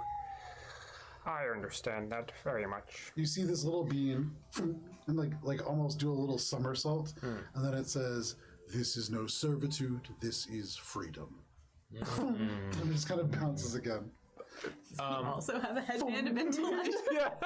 Real quick, Freest before I bean I've ever say seen. another word to him, I would like to do a survival check to see if I know which way the sun rises in this plane, or where it sets. Well, without doing a survival check, you look up to orient yourself to the sun, and you see expanding forever it's like a multifaceted emerald that bends out of sight, and it's like your eyes want to see the edges of it. Like it's always just about to be on the horizon, but it never is. And there is no sun in the sky here. It is this weird reflection of space and time. It is ever dusk in the Feywild. Okay. While he's doing that, can I, while finding all of these other berries, just start arranging them in what I feel like have already been identified? Sure. So, because this great grand fairy, I don't remember what you called him, but I like that idea a lot. You guys didn't ask for a name. So, yeah, you can be. Names are dangerous in the Feywild. Yeah. Yeah, I feel like I'm just going to start arranging and gauging his reaction to where I'm placing them so far. I know that blue and yellow are on opposites, so I can do that part first, for sure. Absolutely. Make an insight check. And as you look, first of all, you look over at his face before you start arranging them. He looks so happy. Clearly, he's not had a visitor in some time. He's like watching everybody. You can see, like, as soon as Sinclair picks up like that little green bean, he just goes, oh, and like he's just like having the best time. So his reaction not super hard to read. Right. Do I get advantage? No. All right, that's fine. Insight, you said? Yeah. 18. 18. Yeah, I know. Dude, What do you need advantage? I don't know what Drew fucking did to these dice, but I am very happy with them. So as you sort of as you begin to place these beans down on the ground on the Feywild, sort of really more berries is one bean, but you begin to arrange them and you look over, and every now and then, you take this like blackberry and you place it somewhere where you know it's not supposed to be. You put it like exactly where it says the nature's tears are supposed to go, Right. and you see like a storm cross his face, and you hear him just go, oh, and then you're just like, you kind of shift it over, and then he goes, he shifts the other direction. He goes, oh.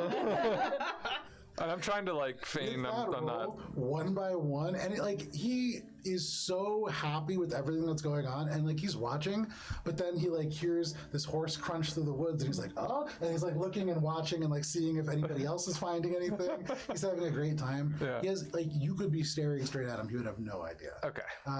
So no problem. You begin to like read his expression, and one by one you begin to place these berries in order. Okay. So I'm going to take one of the nature tears. Okay. I think I probably grabbed one from Emil when he was picking some up. And I'm going to produce it and show it to the little green lima bean. Okay. My friend, this bean or berry, what friends are usually around it? Where would you mostly find the color of its friends that sit next to it? Which one are you putting in there? Say again? The nature's tear. Yeah, the nature's tear. You're putting next to the nature's Yeah, tear? I'm asking him which one is similarly friends with it, or what color do you think Barry get will be along friends with with it? Yeah, I got gets it. along with it. Yeah. Buddies. I like this. Cast friends on the bean. Probably Sweet Cinder, because they're both blue. Oh, yes. Could you show me Sweet Cinder? Is it around here? When you're holding me, I get kind of warm, and I need to be cold to move, so... Oh, I put him down. Okay. You, like, wait for, like, a full minute, and then he goes, do you have anything to make me colder? Oh, You gotta put me up to body temperature. my compatriots, would anyone have something a bit I might have temperate for that. or lower You than would say temperate? that though, so Oh, is that a? Do I know what kind of bean that is? Yeah, I would say so. Oh, is that a? It is a fade jumping beam. Oh, is that a fade jumping bean? You know, if they get really cold, they jump. Like, watch, like this, and I cast frostbite on it. And then suddenly, you just hear, whoa, and then just like 4 feet off to the... For what it's worth, it has to make a Constitution saving throw. Don't I? Oh, It fails. yeah. I mean, yeah, of course. As long as it's not going to attack me, it doesn't matter. does it matter that it's willing? True. Does it do damage? Or is it just a slowing thing? No, it technically does do damage. Oh, my So, unfortunately, Not Sinclair, you hear, whoa. And it just Well, I've never seen her do that before. Sorry, here, I can find you another one, I'm sure. And I'm just going to go out looking for another one. Sure. Because, it's just a bean. I've never talked to no plants problem. before. Like you go around a tree and you find like this little like crawling vine that has like 4 or 5 of them on there. Yeah. I'll just bring back the whole... Yeah, I'm gonna walk over and Yeah. Try not to destroy these ones. Yeah, no, sure, no problem. Sorry about that. I just, it's so crazy to be here, and this game is so fun. I'm just gonna go like put one down on the ground, and just like wait for it to chill out, I guess. All right, we'll try this again. and I like push up like glasses that are like not on my forehead anymore. It's like a habit that he had once when he had glasses. Little green bean, I would like to ask you, this nature tier, And I'm gonna show him the bean or the berry.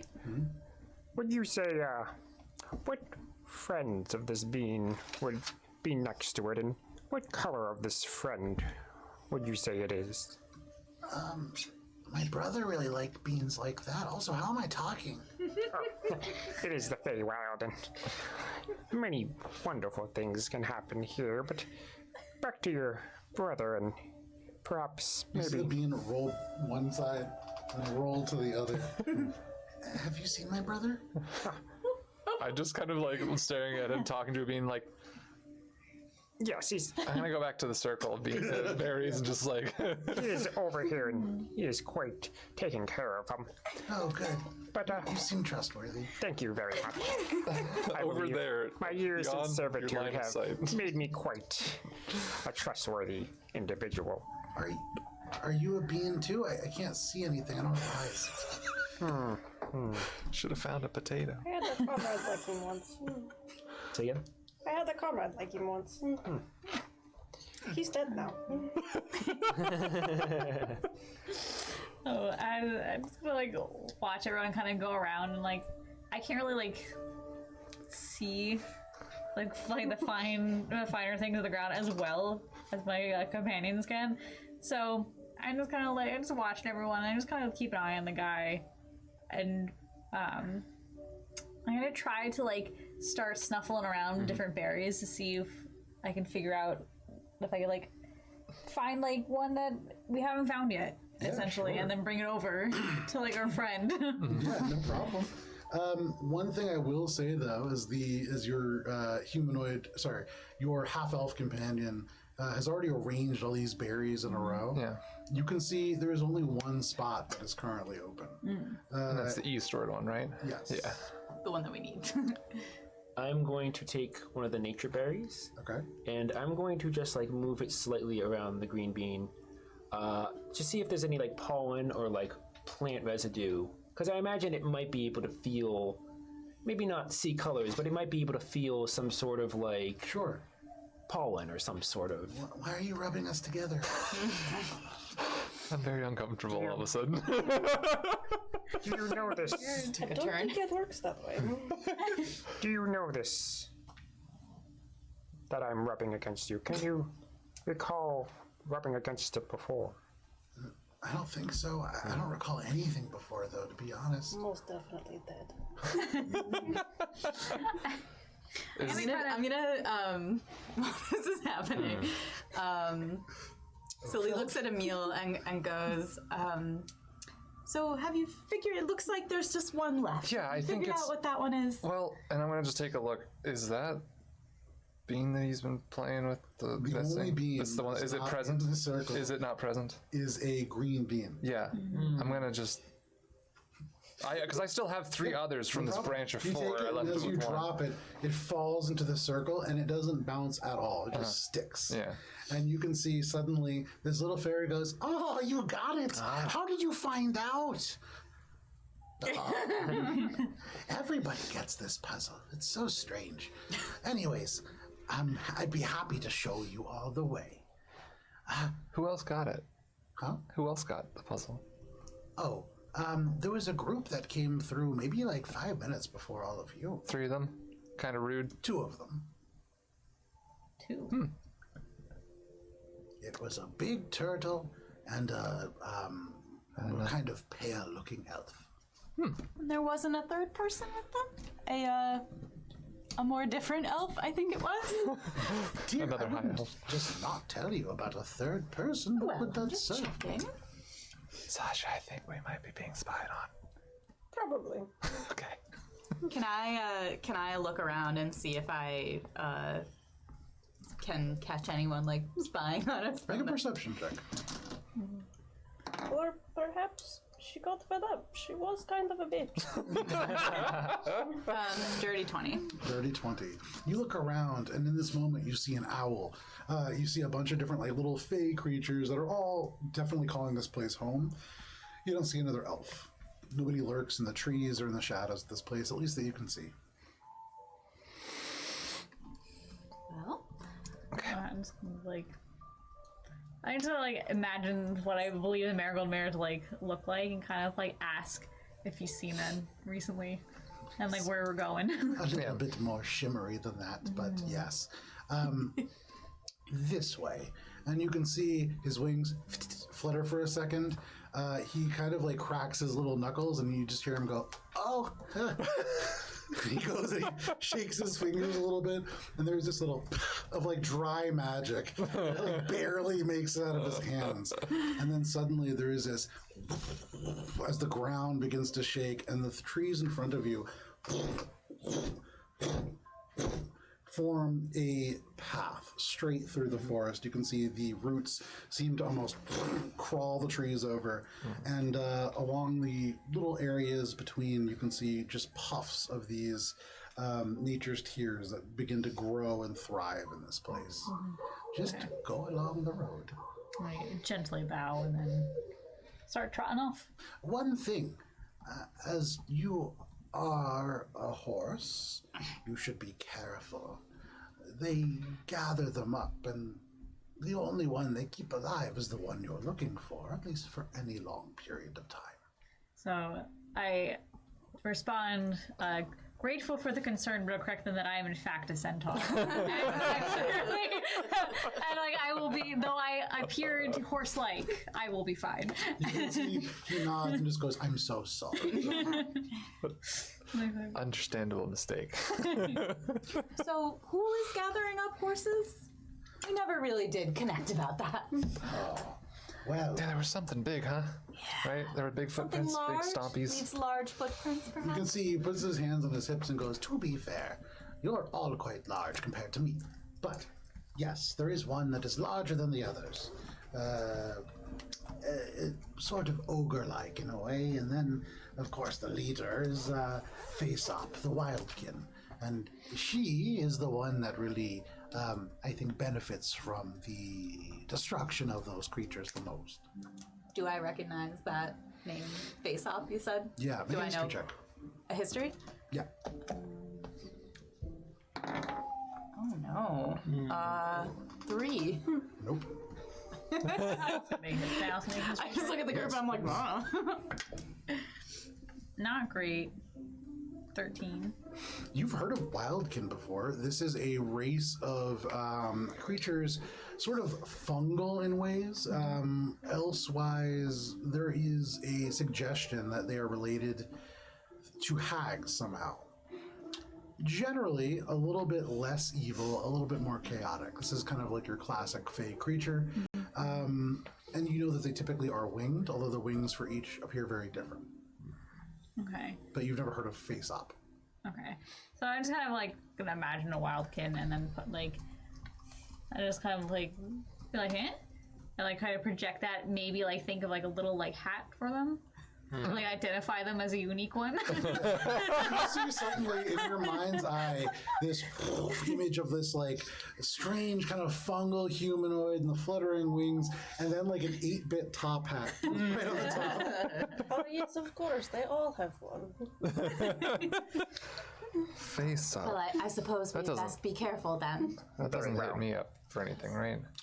Make a history check. Because that's a being, not a type of. Correct. Right? Correct. I'm not even going to bother. That wouldn't be something I'm interested in at all. Remember- Although I do appreciate the fact that Is it it's anything that I would have heard of? a philosophy Make a joke. history check. 8.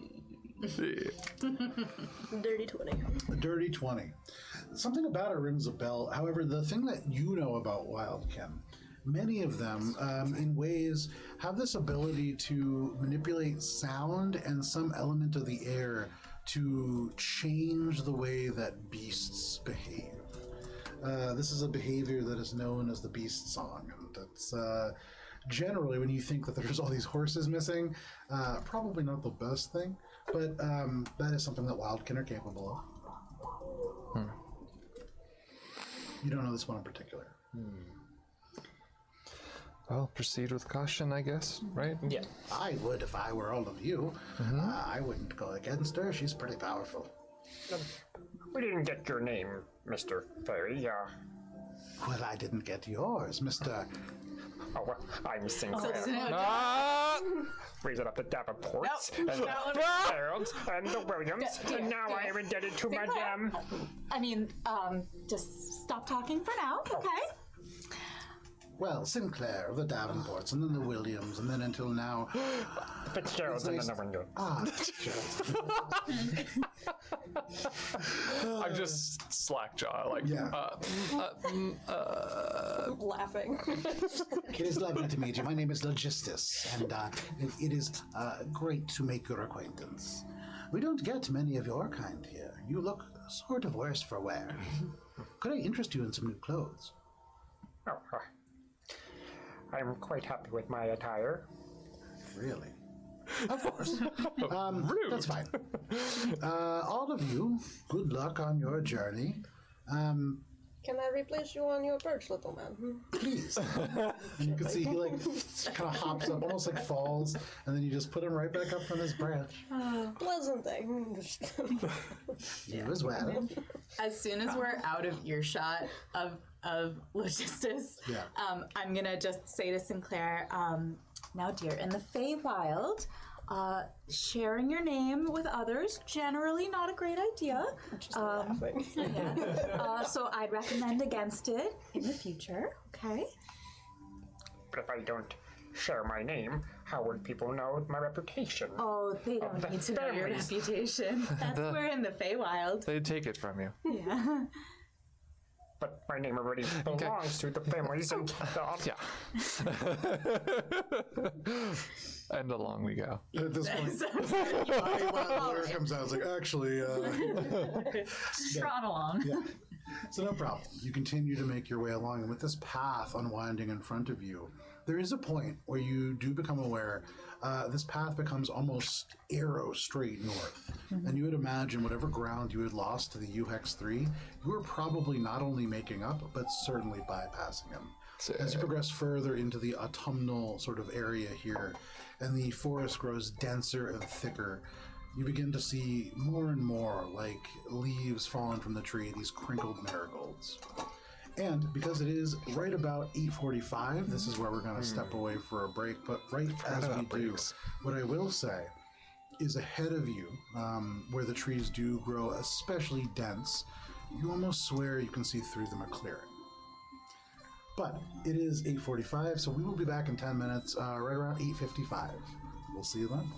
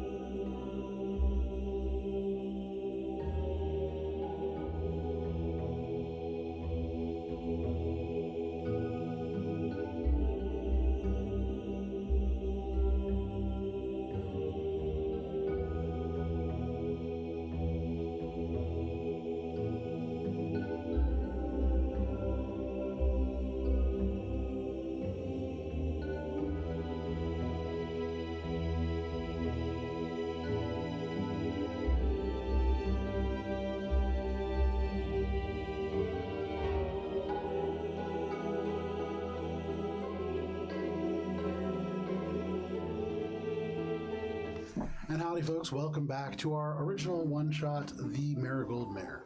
So we can just jump right... So that's Elvish. Yeah. When we last left off, all of you had made your way along this corridor of trees lined with these beautiful little blue flowers, and in front of you, through a tight cluster of trees, you do see a clearing. And I will say, for all of you, you smell something a little bit less than glamorous here in the Feywild, but for you, this is very familiar. You smell manure. You smell all the smells of like a community nearby. Smells like and home. I would say also, you can definitely hear like in the distance there are horses. You sense them just beyond the tree line and in the clearing. Okay. So I gotta like perk up my ears, like very attentive. I just kind of like communicate, like you just like see a herd in your mind and then just like projecting it forward past the trees. And so Well then, we found the horses, have we? Great job. Let's go. just drop it. Excellent as always, madam. So same marching order. Yes. I would say because you are leading the party, an actual horse. If you could go ahead and make a perception check. I'm really good at perception. The best the horse. I think that's really great is at the very beginning, you guys are like, why do we follow a horse? And you're like, well, it's working out. Yeah. 18. 18. No problems with it whatsoever. Let me give you a little visual reference for what you see. Okay. Oh, it's time. It's time. So, off in the distance, you do see. I'm just trying to rename all of these skills with horse in them or something. Horse acrobatics. Yeah. That's just called Horse handling, of course. Horsery.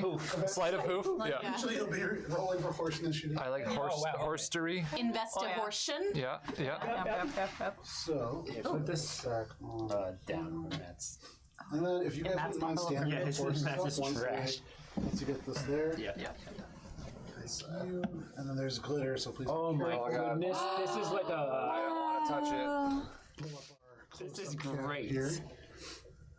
So you Horse is supposed to be lying down? no, they got Okay. You're so sad. We win already. Can you move the toward? Slightly. Does it matter where? Not especially. They're all kind of milling about. They were where they should I have will been. say, you do notice in the very center there is a horse that looks quite different than the rest. Here there are black horses, white horses, brown horses. All of those black horses, only one of them is truly all black. I just ran out of time because it's a lot of horses to paint very quickly. This is why I got so excited when you wanted to be an actual horse. I can see why. And I was like, another horse? Fits right in. Yeah. So anyhow, you are all approaching kind of in the direction that Hannah and Dan are sitting on the side of the table. Okay. And so you can see in this little clearing amongst the trees and amongst elements of rock and fern and flower, you can see that there is just a little herd of horses. So we're like over here. Yeah, but like I would say probably about 50 feet off the board where the forest is getting much more dense. It does seem to thin out as it gets close to here, and then in this little clearing, there are no trees, but there are dozens of these little crumpled, enchanted marigold blossoms, and here amongst them, these horses seem to kind of dig things out.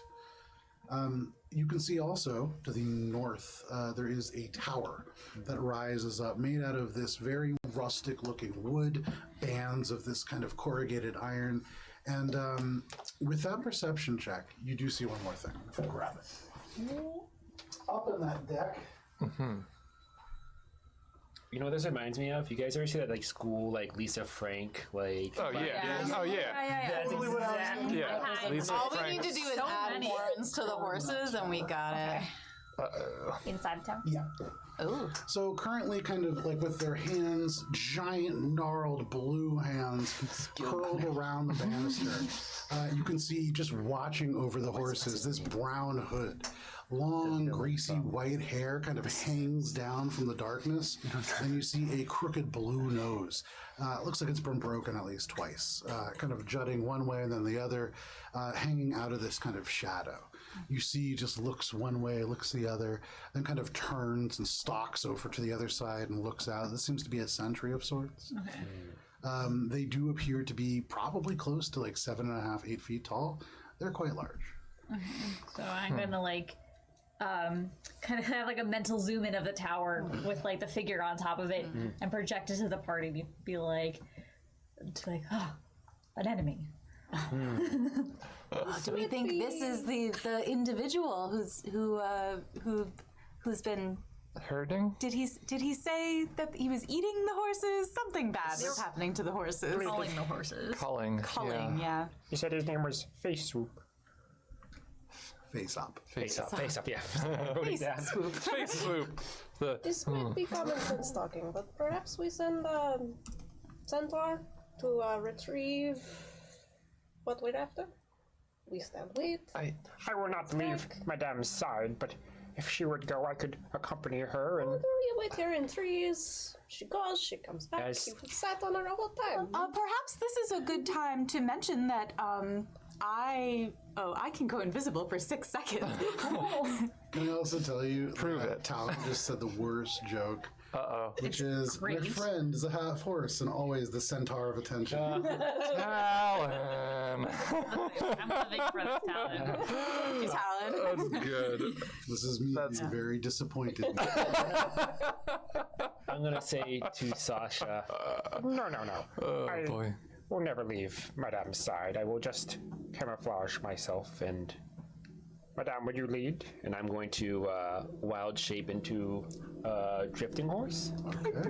Into a what kind of horse? Hold on, what is it called? Draft horse? Drafting horse. Oh no, riding horse. Riding horse? I don't know why I said drafting. A riding horse? Sorry, go get another horse. Yeah, no, it's either like- draft or riding.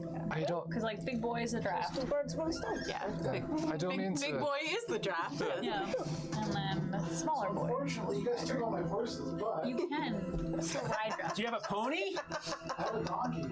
Okay. Oh my goodness, this is like the what? Donkeys are great. They're very smart. Yeah. And they're Burro. He's got packs and everything. There's this little, and then you just hear the donkey noise Yeah. from the midst, and then the glorious Yeah. small stallion that does stand now next Are we- to the dom. Moving forward. I suggest the rest of us wait at tree line. Yeah, I wasn't gonna go in anywhere close to this situation. Nope. okay. So seeing that it's time for action, I'm going to Horse action. kind of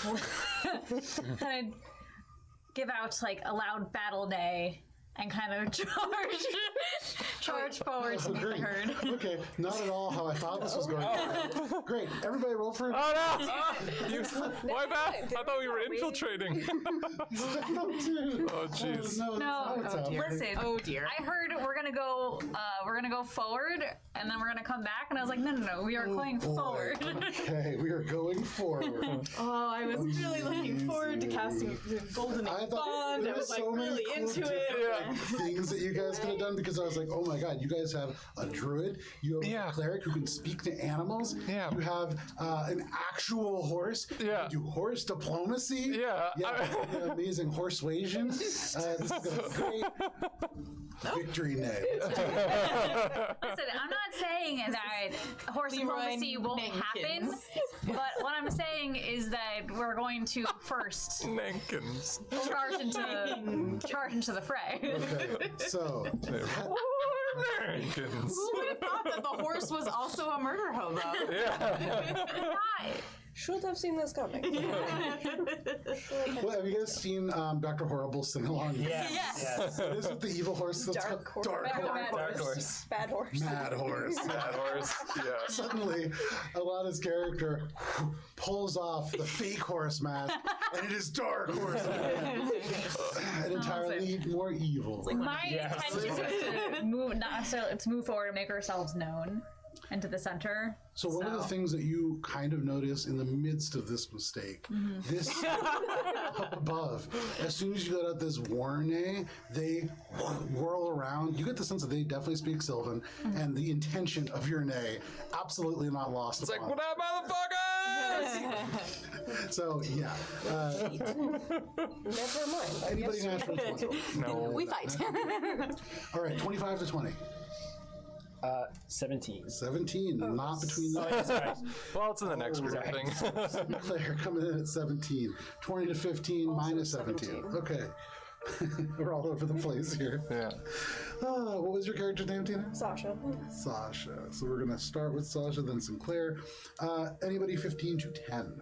12. 12? 11. 11? 11 is an actual horse. 12 is going to be Emil. Emil. Yeah. You just write then- E. It works. 7. 7. All the way down at the bottom, we have our friend.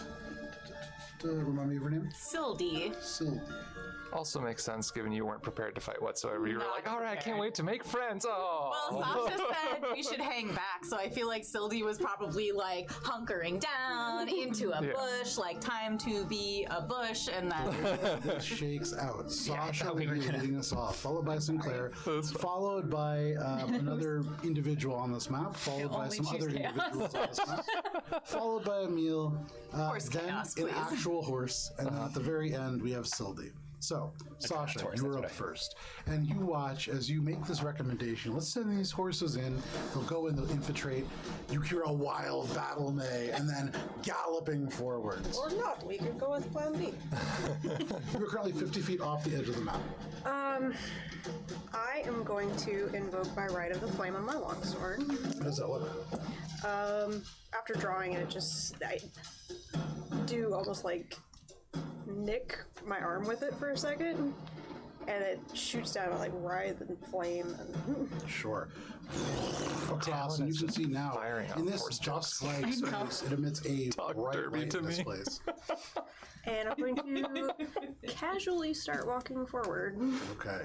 You watch as Sasha pulls this longsword across. There is this kind of blood that does emerge, and then suddenly the blood seems to sizzle and evaporate before it hits the ground, and it traces back to the blade, which ignites in flames. Very, very cool. Anything else? Holding an attack action if an enemy gets within range. Okay. But otherwise Where are just you? casually- So you're 20 feet off the edge of the map. If you take 30 feet of movement, no problem. That is your turn. That brings us to Sinclair. Sinclair, in your war pony form, you trot forward at the side of Madame. What do you want to do? I would like to attack the first person that enters Madame's space to attack her. Okay. So you're basically going to follow along with Madame, and then your I hate that we're calling this horse Madame. Yeah. So you're making that choice. Her name is Linnea. I just wrote down. Linnea. I just wrote down. I think it was said. It was said at once at the beginning, and it has just been Madame this whole time. I hate that it's Linnea. Linnea is great.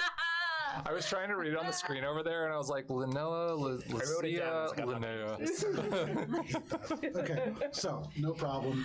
You go ahead. You can see. You're going to follow along Linnea and attack anybody that gets within their space. Any human that gets within their space. What's the trigger? Anything that attacks her or comes into her space, I'm going to protect her. Fantastic. That is a held action. That is going to bring us down to this creature in the tower. So, one moment here. One of the problems is I make these stat blocks on my computer upstairs, which is a lot more like screen space. So these are real small. Okay. You are going to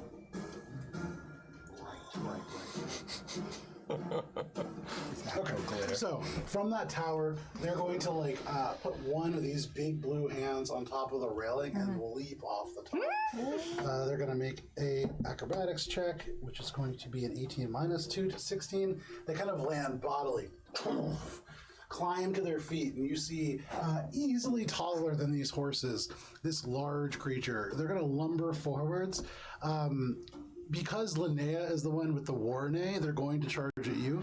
They do have 40 feet of movement, so are they able to get into your range with that movement? I don't think so. So move them 40 feet forward for me, if you could.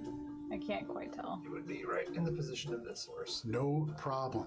So they run. Kind of shoving it aside. The horses do begin to panic slightly, I will say that. So let me put up some panicky horses for you. So, I hate it. Can we keep it going? Keep it going consistently. Sirenscape. It's a digital tool set for dungeon masters to add neighing horses into their combat. This is very close to my sleeping soundtrack. There you go. It's really weird. Wait, that's where I got it from. So, What?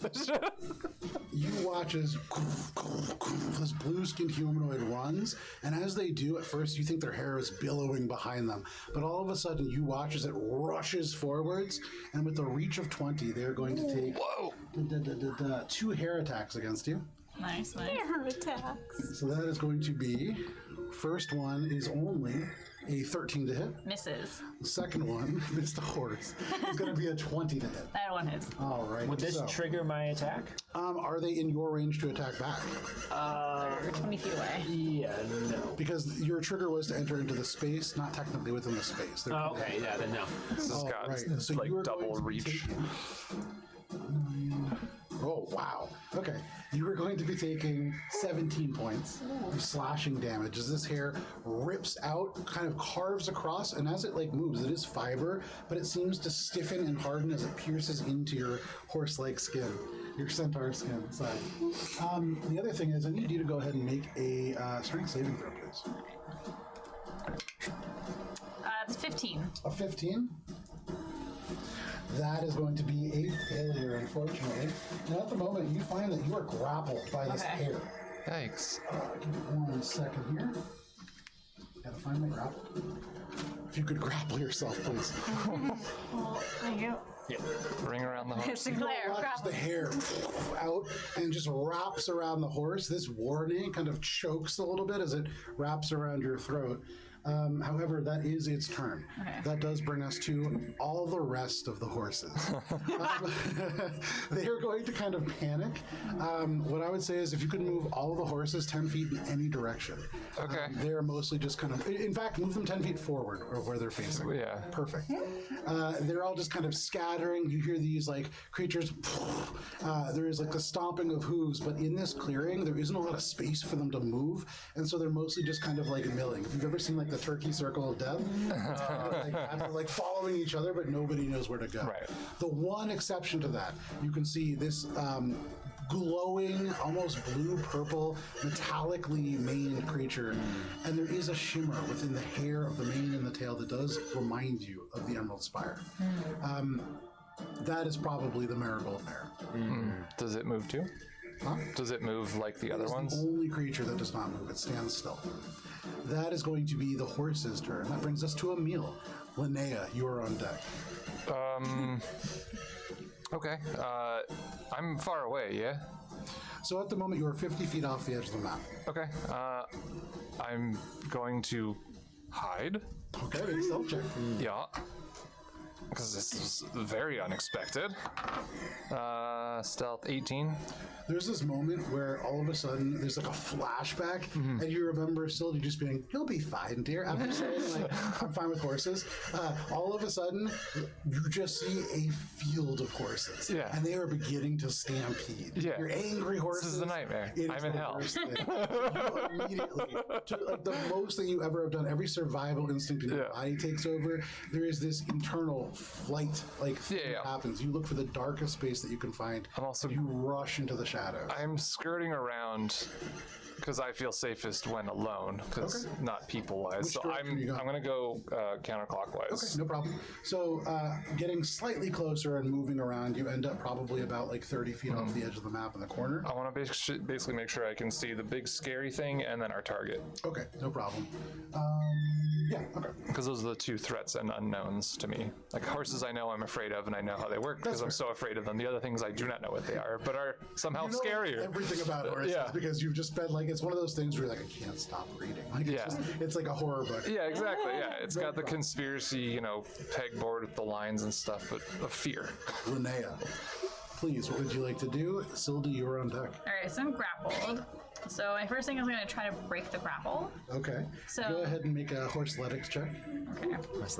This is competing against their Would there be any hair. way to make a dressage check instead? Let me take a look at this ability real quick. Hair. Yeah, I will say that makes sense. Go ahead and make an acrobatics check. Sorry, a dressage check. Terrible. I rolled a natural one. Flavor. So as you try to escape, this other tendril of hair wraps around one of your legs. You are now grappled in two places, and it yanks you forwards. You can see now that as the hood like flies back a little bit, this chalky pale blue skin, this big beaked nose, and these bulbous yellow eyes. This is a almost like an ogre of some kind, although you've never seen something like this. Okay. So they pulled me forward. No, but you are still grappled. Okay. So I can't move. I'm currently grappled. What I'm going to do is. I keep forgetting you actually have like a class and abilities and stuff, because so far you've just been a horse. Have you Not seen just her any drawing horse. of the? Oh yeah. It's amazing. Yeah. Check out Albron RPG, our Instagram. We'll put that up tomorrow. Yeah. It's Yeah, pretty that great. Discord channel was really entertaining when you posted that. It was just like, what the fuck? Oh right, you were there in the Discord. Yeah. The dodge action is just advantage, but I can't move. So you're grappled. Yeah. And being grappled means Like my An it's active zero. contest zero. You to can't break benefit it. from any bonus to your speed. And that's it. So I'm basically asking if the dodge action would be useless. No. Okay. Yeah. So When you think about it, even when you can't move away from a creature, you're still able to like manipulate the direction of your body to generate space and angles to keep yourself safe. okay. So I'm gonna take a patient defense. Okay. In this moment, realizing you can't escape the hair of this creature, you put all four hooves down on the ground and you plant yourself firm. Nobody is moving this centaur today. Technically true. So, because you're not a centaur. That is your turn, Linnea. That brings us to Sildy. And then Sasha, you are on deck. Sildy, you can see your leader grappled in the hair of this ogre. What do you want? Okay, so as Talon correctly predicted, this Molly Weasley style character is about to have a "not my daughter, you better." So I'm gonna move 30 feet forward, and then I'm gonna cast Guiding Bolt in a level 2 slot at the bad man who has my fearless horse leader tangled in his hair. All right, so that's gonna be oh no.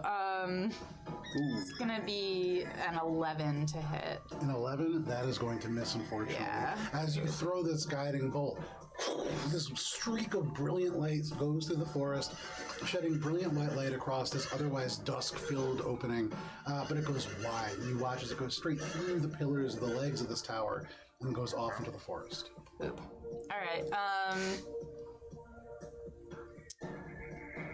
I'm gonna. You scare one of the horses. Yeah. Oh no! That's not what I meant. I'm sorry. Yeah, that's my turn. Okay. That is your turn, Sylvie. That brings us to the top of the round. That is going to be Sasha. Sinclair, you are on deck. What would you like to do, Sasha? Still 20 feet off the board. Yep. Still casually walking forward, but That'll bring you 10 feet onto the board from the side that Dan is on. So you can kind of like put yourself anywhere between the two trees. okay. I mean, I'm walking up right behind my horse-like companions. Okay. So you can see like this ogre creature grabbing them with the hair. There's this like struggle, and you're just walking, this flaming sword in hand. And I'm going to cast Firebolt at it. Okay. Make an attack roll. Can you put Tina's character on the board? Maybe like right behind Linnea. That is a 21. 21 hits. Absolutely. It was the only furball he had. That is. I know I have another one because we have Laurara, but I don't know where to put her. But it's an honor to 60 points of fire damage? Nice. Thistle. Okay. So you watch as Sasha takes the sword and points it forwards, and flame seems to congeal at the tip before leaping off, stretching across the distance and striking this creature. The hair seems to tighten around you, Linnea, as it like pulls its head back away from the flames. You hear it just like mutter something. You don't speak giant, do you? No. Yeah, mutter something in giant. But that is what happens. Anything else? That is it for this turn. Sadly. You kind of flex the sword to the side and it reignites. That is your turn, Sasha. Sinclair. You, a draft pony, are now directly in front of this ogre that is attacking your one and only Linnea. What do you want to do? My one and only Madame. Seeing as All Madame. of Dan's characters refuse to call people by their names. Some random bullshit. Seeing as how Madame has held fast and is holding her ground, Yeah. and I see a kind of like a tug of war going on, I imagine that if I could just push this creature back, it would free her. Perhaps. Yes. So I am going to make a shove. Okay. Yeah. Go ahead and make a competing athletics check. Yeah. And as a pony, actually, this is a horthletics check. So- Okay. Yeah, there you go. And as I do it, I'm going to make a. Okay. And that actually translates to other horses as get away from her. Okay. See if the other horses get it, but whatever. You don't get it, whatever. That is a 17 plus 4. That is 21. So you push. This creature almost taken aback because it's like focusing on Linnea. You dart forwards with your little donkey hooves and you ram into this creature. Nice. For a moment, you feel the hair tighten and then release as it has to like catch itself moving back. The hair flies behind it and almost like arms into the ground, and then it pushes it back to a standing position. All right. Do I push it back like 5 feet or? No. Oh, just prone? Okay. You just broke Not it. prone. You break the grapple. Okay. Cool enough. Where does that position you? Would that be in Oh, front of? yes. I will be here. Ah, yes, the diagonal shove. Anything else? That is it. There you go. Sinclair, that is your turn. That is going to bring us to this creature. So you see suddenly it turns and looks at you, and the hair like snakes before darting towards you. The first attack is going to be not very good. That is going to be a 10 to hit. That is exactly my AC. That sucks. So go ahead and make a strength saving throw for me. You are going to be taking a little bit of damage. Ooh. More. You're taking maximum damage. Oh, jeez. 13. We need level 5 characters, yeah? Yeah. Yeah. Okay, I just wanted to don't- make sure. This is 23 points of damage. Yeah, that would have one-shotted me. But yeah, you've got 13 plus 4, so 17. Give me 1 second here. Plus 4. Okay. How much was that? 17? Yes. Okay. So as the hair wraps around you and it cuts into you, each individual strand, you've heard of a hair splinter? These are like hair spears, and each individual one pierces through your skin, and so fine is it, you would imagine, depending on your kind of educational level, it's like piercing bone and muscle too before pulling back out. So it does a tremendous amount of damage. However, you're able to pull away, bursting with your newfound donkey strength, not able to be grappled by the first attack. The second one. Ooh, yeah, that's gonna hit. Go ahead and make a strength saving throw. The second one does not deal damage, luckily, but That is a natural 20. damn. There we go. Madame, I got you. Like wraps around both of the legs, both the others. It looks like this donkey is about to be hogtied, and the donkey like bends down and bites through the hair. There's this as the hair bursts, and you like proudly flex your donkey chest, and it looks as ridiculous as it sounds. But in this moment, you feel pretty cool. And I'm going to give like a. Excellent. Yeah. You can see some of the other horses are like almost applauding with their hooves. Nice. That is your turn. That brings us to. Sorry, that was a reaction to them pulling. No, that was its No, turn. that's turn, correct? Yeah. Correct. Sorry. So then that brings us to the horses. Yeah. The horses absolutely begin to stomp at the ground and like neigh and definitely like cheering for you. You imagine. I'm going to say you said get away from her. Yeah, get back, get away from her. Are any of you currently able to hear animals speak? You are, right? Yeah. I understand Sylvan if it's Sylvan, I also understand. for what it's worth. It's not Sylvan. Okay. This is really more like it's not a language. This is the, Oh, yeah, it's intonation only. the beasts. However, you do understand as you are an actual horse. You just hear one of them go, Now's our chance. How many do we have? We have. I love this. I love this. Damn. 6 of these horses wheel around, which I believe is all of the horses that are not that special horse wheel around, and there is, first of all, for you, as a human wizard who is, or sorry, as a half-elf wizard who's terrified of horses, you like look up, like sneaking around a tree, you peer out, and you just see a stampede headed almost directly at you, just a little off to the side, like panic. They're heading towards my direction. They're heading, so you are kind of like off on this side a little bit. Yeah. They're heading like a little in your direction, a little bit more forward. Okay. They're running away. No problem. They're definitely charging this ogre. They're going to make charge. Cool. Yeah. 3 of them are more than 20 feet away when they start, which means A charge. Charge attack. this is so stupid. I want to play. No, it's not. This is beautiful. I want a whole campaign of this. Fast. Yeah. Can we just, sorry, Dungeons and horses. My Little Pony magical adventure time. A natural 1, a natural 2, and then a 15, which I think That's got to be a hit. a 15 just hits. Yeah. So one of the horses hit. Now the 3 that are making identified the charge AC. attacks. That is a natural 1, a 13 which misses, and How a many 17 natural does ones? hit. So first of all, before They have an unlucky horseshoe. Yeah, it's backwards. Someone put it on so backwards. you watch the horses. This is like the Lion King. A stampede runs across. You hear this like, and it's just right over him. So where do we put him? One of the horses dive over. Both hooves come up and slam down to the creature. It is knocked prone. It is then taking an attack prone, which is automatically, if it hits, it is taking a critical hit from one of these horses. Oh, yeah.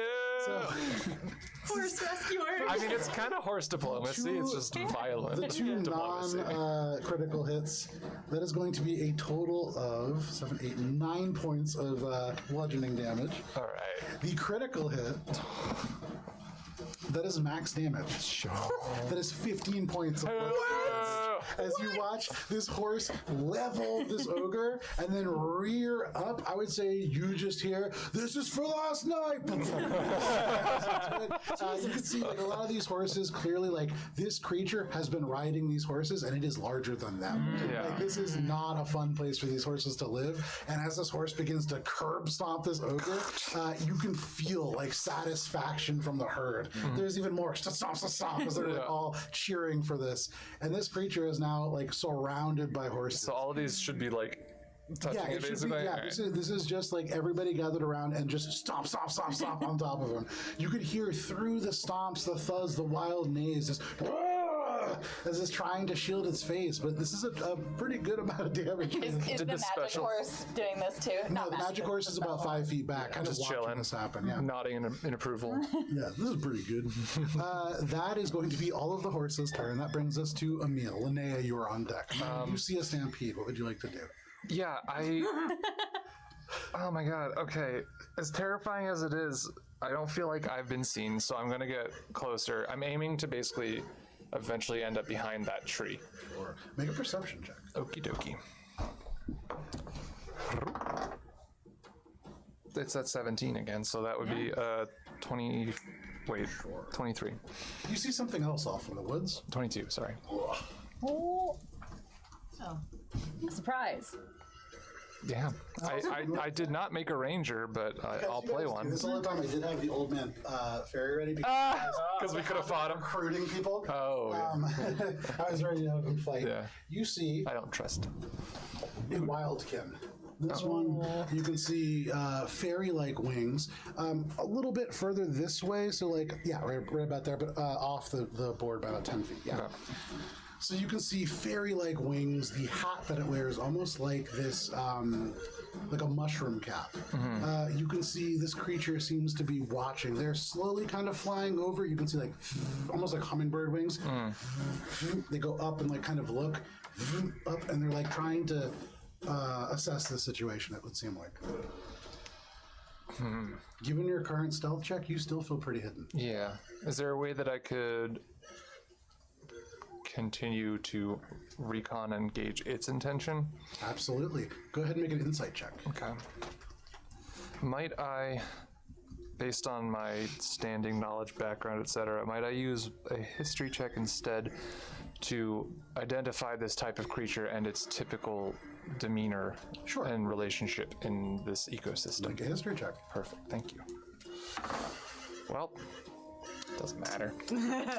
Yeah, it's a natural one, but a total of 7. If that does anything. Seeing fey creatures like this, typically you do know, like, hags, hideous creatures, and this relatively, like, pretty. Maybe it's good. Hard to tell. Okay. You feel pretty uncertain about this. Yeah. Okay. I mean, do I have an action? Yeah, that was. I figured with all of this. You were getting Okay, so cool. close, and you were so hidden. Yeah. You were stumbling upon them through movement. Perfect. That's fine. All right. Let's see here. I'm also not going to make you take a perception check as your action. No. That's legit. But it was also just like attempts at multiple things. Gotcha. Yeah. Okay. I will be, against my better judgment, stealthing over to behind that rock. Okay. Here. Yeah, so I'm not able to be seen by anyone in the crowd, but I'll also put my attention towards, for the time being, that new creature that just showed up. Okay, so you're kind of monitoring. Yeah, but I'm also like not hiding, so it's Okay. I'm showing kind of, well, I mean, I'm hiding, but like I'm positioning myself so that if it moves in, it's I like, see what you're saying. yeah. You're You're not hiding from it. Yeah, so like if it show sees it me that and I you're see not it, it's like, yeah, no big deal. Yeah, exactly. Yeah. Fly casual. We're watching the same thing. Correct. Sure, no problem. Correct. So you sit there, you have your popcorn, you're like, huh? But you guys kind Mage of hand them cohabitate. over You some don't think that popcorn. they have seen you yet. Based on your previous stealth check, Yeah. I mean, they're watching and they're very intent on whatever's Yeah. happening. I'm basically just like back and forth, Yeah, no ping-ponging my neck between that That and is your this turn. ongoing here. That brings us to the horse.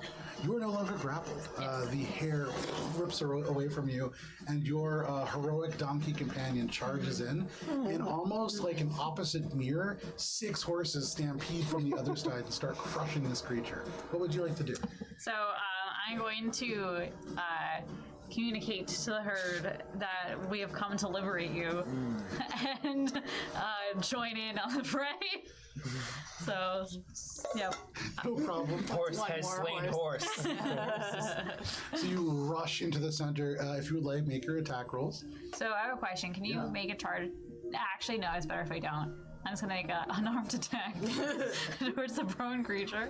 An unhooked attack. And that's not regular, right? Because it's melee to prone? Is that... Melee to prone is an advantage. automatic. It's advantage, and then if you hit, it's an automatic critical. Yeah. Okay, so that's much better. 17?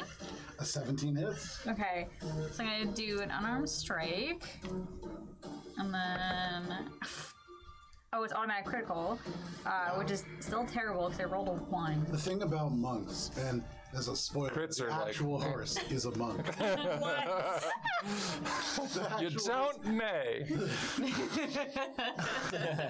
monk is symbolic. It's just a tremendous amount of damage from a large creature stomping on you. But yeah, so go ahead and make your attacks. How much damage is that? So the first strike is terrible. It's only a 4. Okay. But I'm gonna make a flurry of blows. Okay. And go again. You burn off some extra horse energy to apply extra attacks. So that's 20 to hit. Okay. And then same freaking 1. Join it on the trample. Yeah, pretty much. Ta-da. Wait, where is... What you got? So it's another 4, Okay. which is terrible. But I can make one more because that's 2 unarmed strikes. Okay, that's what I was checking. Much worse. This one is only a 16. That still hits. I'm just gonna roll a different d6, and I'm gonna roll much better. So that is a total of 8 damage. 8 damage. So finally, this other horse with this strange cloth head sort of lashed to it rears up. The head like goes back. And as the head comes forward, yeah, exactly. It's like a flop backwards. You slam into this creature. Your hooves break bone as it goes down, and you're beginning to really see signs of wear. At first, it was like thrashing, trying to defend itself. At this point, it's like turned onto its front, like just trying to shield its face. It's in rough shape. Anything else? No. That is gonna be Yeah, that's all I can really do. A flurry of hooves, and that is Linnea's turn. Sylvie, what would you like to do? And Sasha, your own deck. All right. Well, when in Rome, Sylvie's just gonna. Guess we're punching. I guess we're punching. So let's see. If I was 50 feet, now I'm like 20 feet away. I can't get close enough. I think I can make it about here. Yeah, it's in the bar. All right, I'm gonna cast Spiritual Weapon. Nice. Hell yeah. Which one is it? You mean, what kind of weapon is it? Yeah. I think it's like a big bonking stick. Yeah. Almost like Unga bunga. like a rolling pin, kind of. You know, like. I like a rolling pin a lot. And she's gonna put it right there and just that? bonk away. A frying pan? Make your attack. frying Is that pan. advantage? That's the Any one. hit is a critical. Right. Just go for it. Like comically large frying pan. Yes. Melee spell attack, so that's plus whatever my. Sorry. It should say it in the spell description what the bonus is for it. I think it's at the bottom. There's like 2 paragraphs underneath the main paragraph of the spell. What was it you were looking Spiritual up? weapon. What component of it though? What is the... The melee, the modifier. I believe it's the casting, I think it is. yeah, that makes because sense. it sort of ties it to what you'd be doing. So. Spiritual weapon. What is your cleric? Yes. No. Sorry. It was on a different part of the Gotcha. sheet. All right. That's gonna be a 26 to hit. Yeah, that is. Nice. What are you looking for? What did you roll? Like a 21? I rolled an 18, and then I had to do math to it. All right. Way to Any hits a go, critical? You Mom. said. Yes. So go ahead, roll the dice, double the dice, and then add the modifiers. You'd think by now I would like have it down, but I do not. Okay. So it's 11. So 19 damage. 19 damage. All right, so at this point, you run over when in Rome. With a flourish, suddenly the air in the midst of these horses cracks, and there is a frightened series of whinnies and neighs as all of a sudden this glowing bonking stick appears. Just a vague shape of like, it's wood, but it's like formed from light, and it just swings around end over end and slams down on this creature. As it like lifts away, you can see shuddering, shaking, still up, but barely. This creature is almost dead. It has been horsed to death. Anything else, Sylvie? So that was a bonus action, so I can still cast a cantrip, right, as my regular action. That was what level spell? That was a spiritual weapon is 2nd level. Okay, yeah, you can But cast a it's a- cantrip as long as you cast a. It has to be a leveled spell and a cantrip. Yeah, right. Okay, so Sacred Flame it is then. Yeah. All right, so this is its range, so it's disadvantage Yeah. because he's prone. All right. I forgot that spiritual weapon's a bonus action to cast. That is so good. Isn't it great? And you can attack with it on the casting. Yeah. Oh no! Oh, it's a dex saving throw. It's a dex save. Never played a cleric before. So one shots are 4. That explored is Yeah. what one shots are for. DC 16. A lot of the DC spells 16, overlap that is going to with be a my celestial. 16. Heinrich does So, the celestial. meets a beats it, I believe? That's right. Yeah. Yeah, so Like all these things Okay. sound so familiar. No, that's okay. It was more just like pattern action, might as Are well. strength and dex All saves right. at disadvantage when you're prone? they are. All your melee related shit is bad That when is you're much on your worse. back. That is only going to be a 10. Delightful. So there you go. Well done. 1d8 radiant damage. Get him. That's 7. 7. Every bit counts. Yeah. You can see as you like arc this little bit of radiant damage across, it sears Oops, into the I'm 5th blue level. It's flesh. CD8. Oh! 8. Sorry. Tell us how it happened. You almost had it dead. That was really Talk close. And all about you beating a needed- dead horse. The only non-horse in this pile, yeah. All right, so how it happens is Sildy, who can speak to animals, says to the horses, "Finish him," and then allows them to finish trampling him to death. Nice. No problem. And then she's like, "Well done, everybody." Giddy with murder. Start stomping on them to death. That is the end of your turn? That's the end of my turn, yeah. Okay, fantastic. What I will say, I'm going to roll for initiative now for this other creature because you just killed their employee. Employee. Ooh, okay. Okay. Yeah. Sorry, I couldn't suss them out, guys. Sasha, you are up. Sinclair, you are on deck, and then this creature is going to go. In this moment, what I will say, actually, Sasha, Sinclair, make perception checks. These horses still up and down, stomping on this creature, like broken, battered. The cloak is beginning to get wet and like caked into the ground. 17. 17. Probably way better than me. 7 plus 13. Beautiful glittery. Neither of you are aware yet of this creature on the periphery of the forest. So in this 6 seconds prior to it acting, is there anything that you wish to do? I mean, seeing this creature go limp and bloody, Sasha's just gonna stand still and wait. I'm going to take my head and try to push as much as I can Madame back, just to like shield her from the violence. Despite all of the violence you imparted. Like blood now up the white parts of your fur, like basically to like the first joint in your legs, and then all of a sudden you feel this like pop pop as this little donkey kind of tries to get in between you to protect you. Do you allow me to push you back? Yeah. Okay. Is that 5 feet? Theoretically, you can move up to half of your movement speed because you're pushing. So Yeah. So half my movement. Oh, that's a lot. That's a draft horse. Yeah. 40 feet. So Wait, you have 80 feet of base I would movement say- as a draft horse? No, I have 40 40. feet. So 40 feet, but still 20 I would feet. say Okay, you yeah. can Holy shit, still, move them 20 feet. Yeah. Wow. Okay. So that's Wowee. okay. 5, 10, 15, 20. You're here. Nice. You don't really resist. Your And I'm legs with have you, to right? keep Yeah. moving as this donkey begins to like shove you away. I will say some of the horses do turn, and it does seem to dismay them a little bit, seeing this like weird smelling donkey creature attacking a horse or like pushing a horse. So you do. It's kind like a head nudge. Yeah, but even as you do that, you do hear a couple angry like whinnies, and you turn. You see like a couple heads turning to you, for sure. That being said, that does bring us to this creature's turn. The very first thing that all of you note is this strange hum. And as it goes through the forest here, it is almost humanoid and it echoes slightly. And I would say you see the ears kind of perk up here and there. You are not actually a centaur, and thus are a beast. Yeah. So I need you to go ahead. Give me 1 second here. The heel turn. Intelligence saving throw. That headband really come in handy. Wow, yeah. Yeah. Oh, I rolled a 19. What? Oh, 23. You hear this hum, and something about it is inviting and warm, like honey coating a sugar cube warm in the winter. Like it sounds so good. The best song. But you shake your head as you hear this like donkey kind of hit you again, and you're like, no. But then all of a sudden you look up, and none of the horses seem to be looking at your human companion anymore. Hang on 1 second. Believe it or not, they're not good at intelligence saving throws. It's 3 failures. You don't say.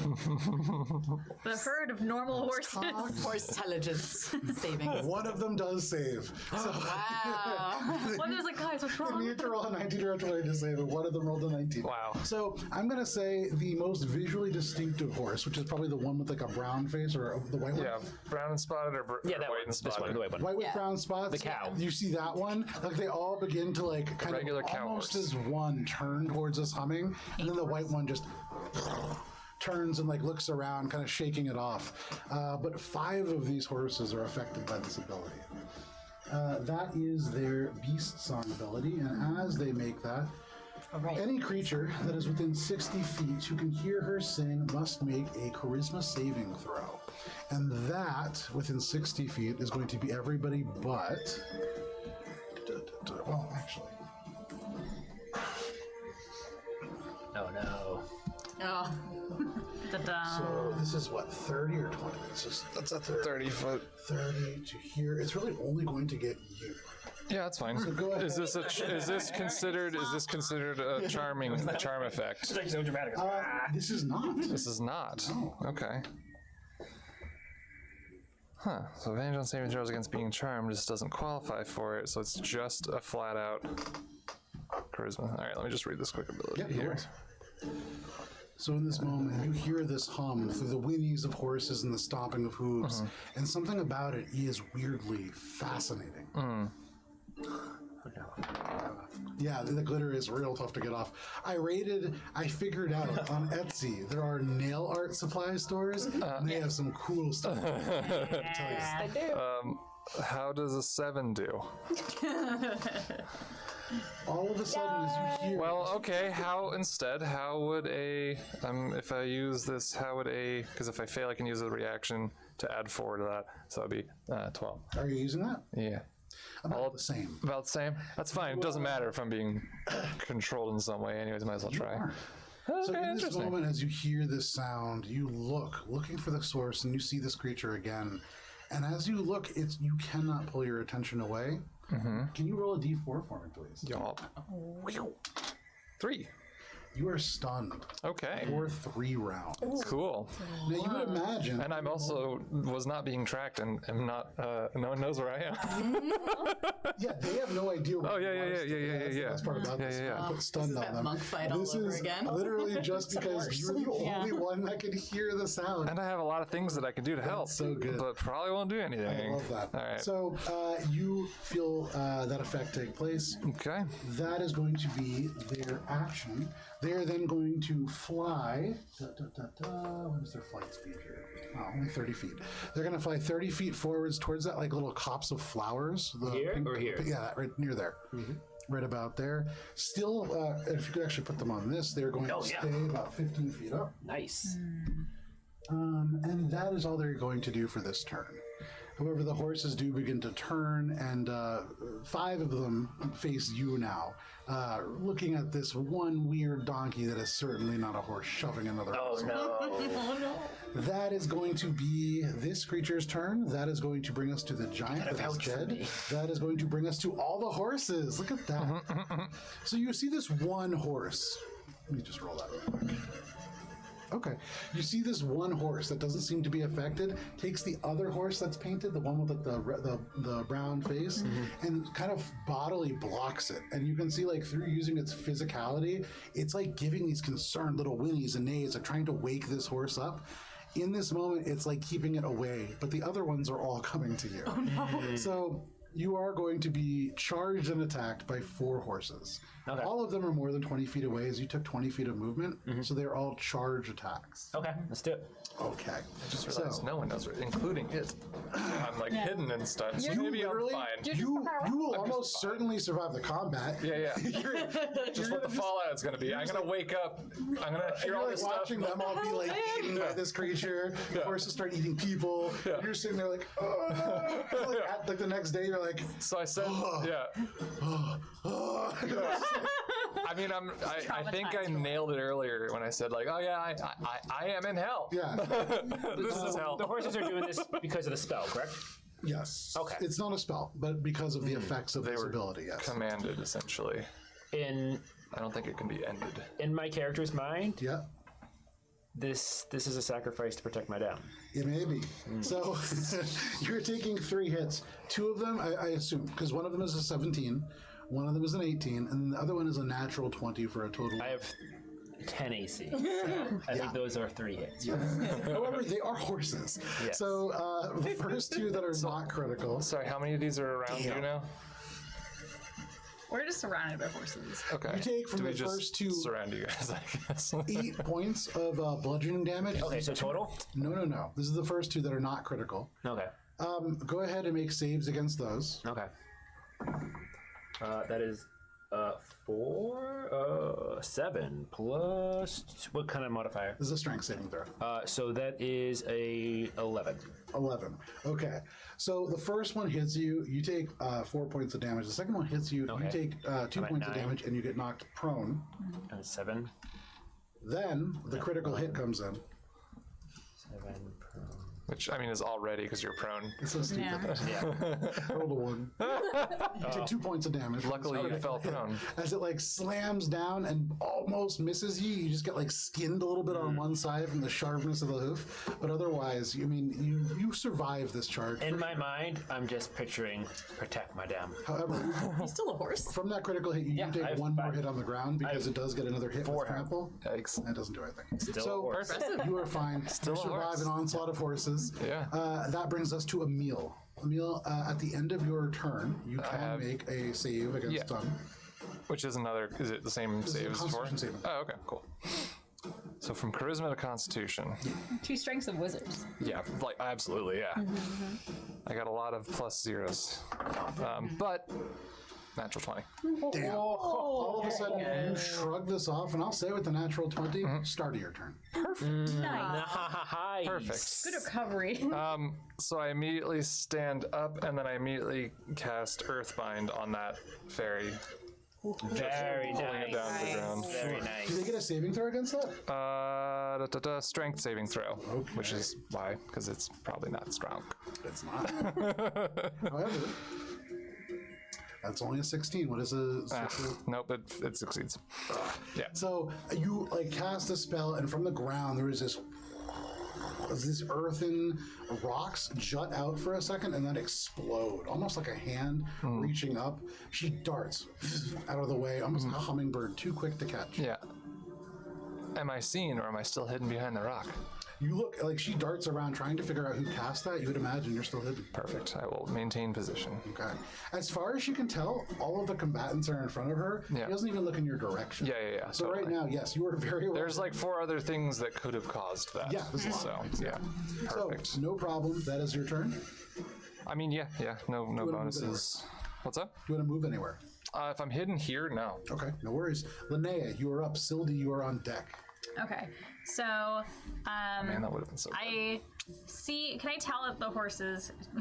Can I connect the dots between the creature and the beast song and horses attacking us? Because you heard the song and you were able to shrug off the effect, you turn, and with your massive intellect for a horse, you see like this lost and dazed look. They're certainly affected by something. Okay, so I'm gonna try to project into their minds to kind of wake them up Okay. and to break the charm. Okay. So, sheer how would intellect. I Make an, persuasion? I would say for this is a very unique circumstance. Make an animal handling. Interesting. Ooh, I love that. Much better than my persuasion. No, that's terrible. It's a 7. I rolled a 5. You're like horse companions, friends, like countrymen, and they just walk Lend me right your by- ears. right by you, completely ignoring. Of course. Yeah, and you get the sense this is like a this isn't magic, but there is like an element of hypnosis or something there. What I will also say is you recognize this affects beasts only, and so not like an effect like you from a meta standpoint. There's no status rings on them, Yeah. but they are certainly bound to this creature. Okay, so seeing that didn't work, instead what I'm gonna do is I'm gonna judge the distance to the ferry. I'm gonna try to make a flying leap and tackle it out of the air. Okay, Yeah. height of your flying leap that you can get to. Sleep. So I only have a strength. I have a strength of 12. Okay. Right. So that means my jump is. Hold on. Sorry. Because they're 15 feet in the air, it's going to be close. Yeah. Let me see. Jumping mechanics are wonky. Yeah. It's running jump gives you a boost of a higher base than standing. Okay. So strength score is 3 plus your strength modifier off the ground with a short, with a running start, and then without a running start, you cut that in half. yeah. So if 3 plus your strength Do you modifier, mean a galloping start? So the total. strength modifier Sorry. It's only a +1.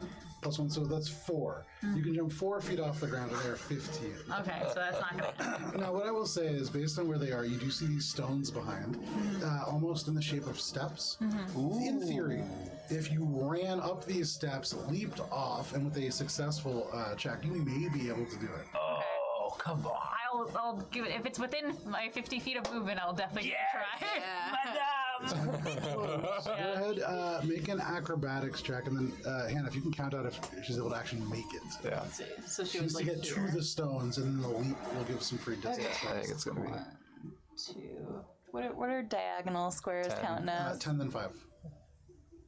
Right. So I rolled a natural 20. What? So all you need is to be within 50 feet of the rock. Oh, come on. Yeah. Reach the rock.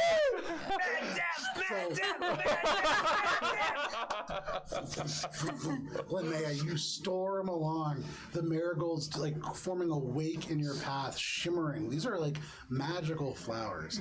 And as you go across, for all of you who are watching this brilliant moment in this streak, you can see memories that play across in the wake of this dust. And you stampede over these rocks, crushing some of these flowers, and leap into the air. In just this moment, you see like it darts around to like look at you, but there's no time for it to react. You slam into it with all of your centaur body. This cloth face just like bonks right into its face, and then you land like stomping it into the ground. It is now deflated. It is prone. And technically, are you a large creature? Like straight down, right? I believe I'm only a medium creature. Okay, so you cannot share a space. So it's pushed like 5 feet in front of you, and you land right in front of it. Okay. The wings like buzzing on the ground. The marigolds just away from it, and you can see like confused. Go ahead and roll 2d6. Okay. Technically it's 1, but we'll round up to 20 feet for falling damage. Terrible. Total of 3. You deal 3 damage to this creature as you hoove it into the ground. There's this mighty as it like exhales all this air, and the wings still buzz and flutter trying to pull it upright. Anything else? Can I flurry of blows in? Yes, absolutely. So it's prone. 2 additional attacks. Yes, these are both at advantage and criticals if hits. Yes. Okay. So one is a 9 days. A 21 to hit. That hits. Okay, and then I'm just gonna see if I hit the second time. You look at her, she's wearing like what looks like moss as clothing, like not a high ace. She can move fast, but she is on the ground under a horse, so her ability to dodge is not high. All right, so let me just check really quick to see how many key points I have right now. So it's flurry of blows, and I'm gonna spend an extra key point to do the open hand technique. Oh no, it's already prone. Never mind. Open hoof technique. Open, yeah. No, I'm it's just trying to think prone. like how would that? Yeah. It's uncomfortable at best. Oh, okay. This might be good. So I'll do it anyway. So I'm gonna hit it twice. That's off the board into nothingness. So that's 10 and 8 for my 2 attacks, and then I'm gonna use the open hand technique. It needs to make a strength saving throw, or it can't take a reaction until the end of my next turn. Okay. And that's a disadvantage because it's prone. That's good because first it rolled a 19, and then a 2. DC 13. So the 5 is not going to beat that. Yeah, so all of a sudden you like stomp into it once, stomp into it again, and that second blow hits it like right in the chest, and you like hear all of the air exhale from the lungs. It like wheezes on the ground trying to catch its breath. It's hurt. All right. I also get to push up to 15 feet. Okay. Where So are you pushing it? I'm gonna push it closer to my allies. So you stomp it down from the air, and as you do, you use the momentum to drive it into the ground, like digging it into the soil. Well done. So I'm gonna shove it this way. Oh, God bless you for getting it within 20 feet of my spiritual weapon. All right, that is your turn, Linnea. Yep. And speaking of which, Sildy, you're up. There we go. Spiritual weapon. There you go. As she slides across the ground, all of a sudden it's like this big beating stick turns and then boom, boom, boom, boom, boom, begins to like swing end over end at this creature. And this is with advantage still? These are melee attacks. That's gonna be 22 to hit? Yeah, that hits. Yeah. Alright, so it's gonna be 12 damage. 12 points of damage, all right. And then, I'm glad you're doing this. Oh yeah, this is great. This is yeah, the last one that we did. then Was I'm also It would have been quite so much harder entertaining. if you didn't have an actual horse. Yeah. You guys Yeah. kind of like almost perfectly picked a partner for this. I would have had to use spells. Yeah. I think I've used, well, none effectively. I literally just woke up and Just picked this one, character. basically. and then I'm gonna, again, like when in Rome, just gonna be like, I guess we're smashing here, so I'm gonna get my mace out and come up and do a mace bonk. This character is all about bonking. Yeah. So that's going to be 19 to hit. 19 hits. All right. And is the auto crit thing that's... Yes. Yeah, okay. This is a melee attack. All right, so that's going to be... so 11 damage. 11 damage. Again and again, things are crushing this creature. She is stomped by a horse out of the air, and then a glowing stick just hits her on the ground, and then a metal stick just hits her on the ground. She's trying to cover. The wings are beating furiously, but like the wings are becoming bent and crooked. She's starting to look kind of rough. Anything else, Sylvie? Nope, that's All it. right. You and your mace kind of flank this creature, but that brings us to the top of the round, which is Sasha. Sinclair, you are on deck. How far am I from this creature? As you are currently kind of like walking on 5, 10, 15, 20, like 25, 30 feet. Sick. Walking over. While I'm walking, I am going to use my Blood Curse Okay. of the Marked, which is a bonus action. Until the end of my turn, I can, when I hit the cursed creature, it does extra damage. Okay. So you watch as this blood hunter walks slowly forwards. The silvery gray hair begins to float eerily, almost like there is a wind projecting up from behind her.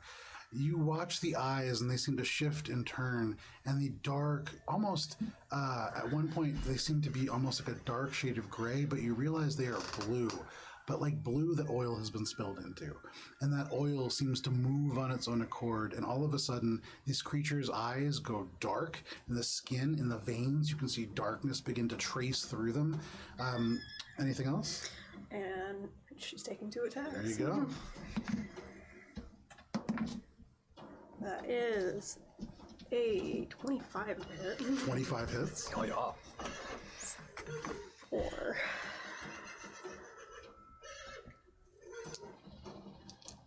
Forgive me, this is a very new character for me. That's okay. We're all there. Get him! That is Just shocked. So the horse does not care about anything. 8 points of Just slashing standing there being like, damage. yeah, it's cool. 8 points of slashing damage. 8 points of slashing damage. I think. Yeah. 8 points of fire damage. And an additional 3? I think it might be slashing also. Because of my focus. You tell me. It's an additional 3, yeah. There you go. There we go. So you slash into this creature down as it is. The black veins within it seem to almost split willingly, and as they do, they gush this blood that seems to congeal unnaturally quickly. It all does as much damage as you would expect. Anything else? Next attack. There you go. Oh wait, that was... They're critical because they're prone, right? Yeah. Oh, cool. Man. Lied. 16 slashing damage. And 16 fire damage. With an additional 3. It's a lot better. It's a little Not bad. Just got a little So plus yeah, there. that's pretty substantial. And as you carve in with this sword that is a flame, it lights into this creature. Already the wings started to look crumpled and bent, but these gossamer beating wings suddenly all catch fire. And the material on the insides burns away, and you see these tiny little brittle bones that form the outside of them. And that is a 22 to hit with the That second makes, one. yeah, that's a hit.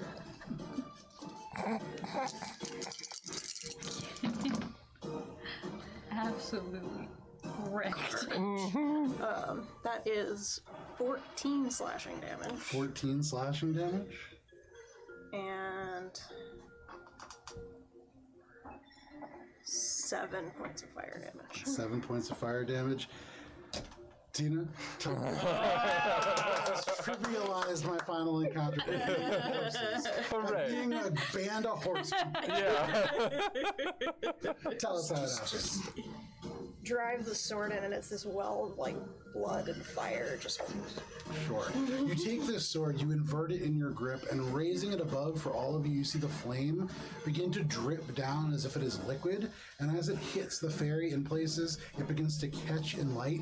You can hear her just begin to hiss, and then all of a sudden, the entire area, like a column of flame, begins to swirl, and you smell burning iron and the smell of superheated blood as it becomes steam. And then as it burns away, all that's left is just a charred skeleton of this creature. Nice. And a magical sword, and unused, because it really didn't get to live very long, a magical bow. And I'm going to take you out of initiative order, because all of you, everybody's dead. Yeah. And for what it is worth, roughly 30 minutes later, the UX3 made their way through, having rolled not only a natural 1 for a survival check, but also a 3. Also a 5. So They didn't lost even in the attempt woods. the bean challenge, did they? No. Their whole thing, they were going to have, like, I was hoping that there would be, like, a role play attempt at some point. Right. But then they got really lost. Right. So I was hoping, okay, then they're, like opposite sides of the field. Sure. And they got even more lost. Yeah. Yeah, so unfortunately, I really liked their characters. That being said, he linked them. in this moment, That was rather disappointing. Can we You wrap up all- now? stand within this place, you find this magical horse with this beautiful mane. And if you wish, turning back, because of you all solving that riddle, there is a perfectly straight flower line path that leads almost directly back to this Fey Circle. It is maybe a 30-minute walk back to the beginning, and you can just take this creature there. So Can I Seeing the UX3 again. can I face my fears and ride it? Make an animal handling check. I'm like, oh wow, I lived through this terrifying encounter of my life. Just horses everywhere. I can take on anything, and I'm just gonna like confidently leap onto its side. Yeah. I'm just gonna probably stand up and still horse form, nestle. I'll go with Madame. That's an 18. Okay. You approach this creature feeling confident. For the very first time, you were amongst the horses and you lived. Yeah. So you get close to it, and as it turns to look, there is something about the eyes that are a little bit unnerving. As you approach, Yeah. it turns and looks at you, but it doesn't look at you like a horse, it looks at you like a person. And you feel, for a moment, a little strange. Yeah. But it does kind of incline its head slightly, and if you wished, you can climb aboard this, like a horse of fable and myth. Yeah, I'm gonna feed it one of the nature's tears first. Okay. Because then it makes it slightly happier and energetic, and then I will. Yeah! So you give it these berries, and then you just hear your human wizard friend shout, "Yeah!" as they gallop through. I'm gonna use all of my scorching ray spells in the air as celebration that I haven't used. All 6 bursts just straight up. As these fireworks are happening, Yeah. I would like to just like say in my mind because you can read my thoughts, correct? Or what's I have You can telepathy. project you. Oh, you do. Oh, I thought you had just had like the one-way projection, but is it also another part? No, Holy it shit! does telepathy. so? Can you? So is that what? Yes or no? Or You can send it back and forth. Okay, I think so- it has to be kind of like an open channel. Yeah, which So- I would keep an open channel with Sinclair to do our So close relationship. I would probably say to you, Yeah, you inspired me not to leave my life of servitude, but to leave my life of boredom. I've served with the Davenports, the Fitzgeralds, and the Williams. My final and most honorable time will be serving with the Lalanas. and then I'll just muscle up to you. And anyone else who can hear around just hears.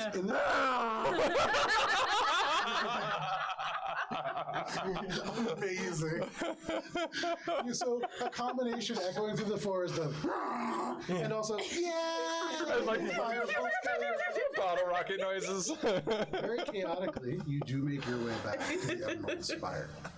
Now, at the very end of this adventure, as you bring this renewable resource back, the administrator kind of turns to all of you, and especially to you, Linnea, the wisest of the party. As you return this creature, and this elf kind of touches this horse. The horse closes its eyes. The administrator seems to close its eyes, and you see this rod kind of pulse. And it looks up and kind of inclines its head. She tells me that you were the leader. Like, project affirmation and make sure to shout out that Sinclair bravely defended me, and but the final blow was delivered by Sasha. And usually everyone's like achievements. Basically.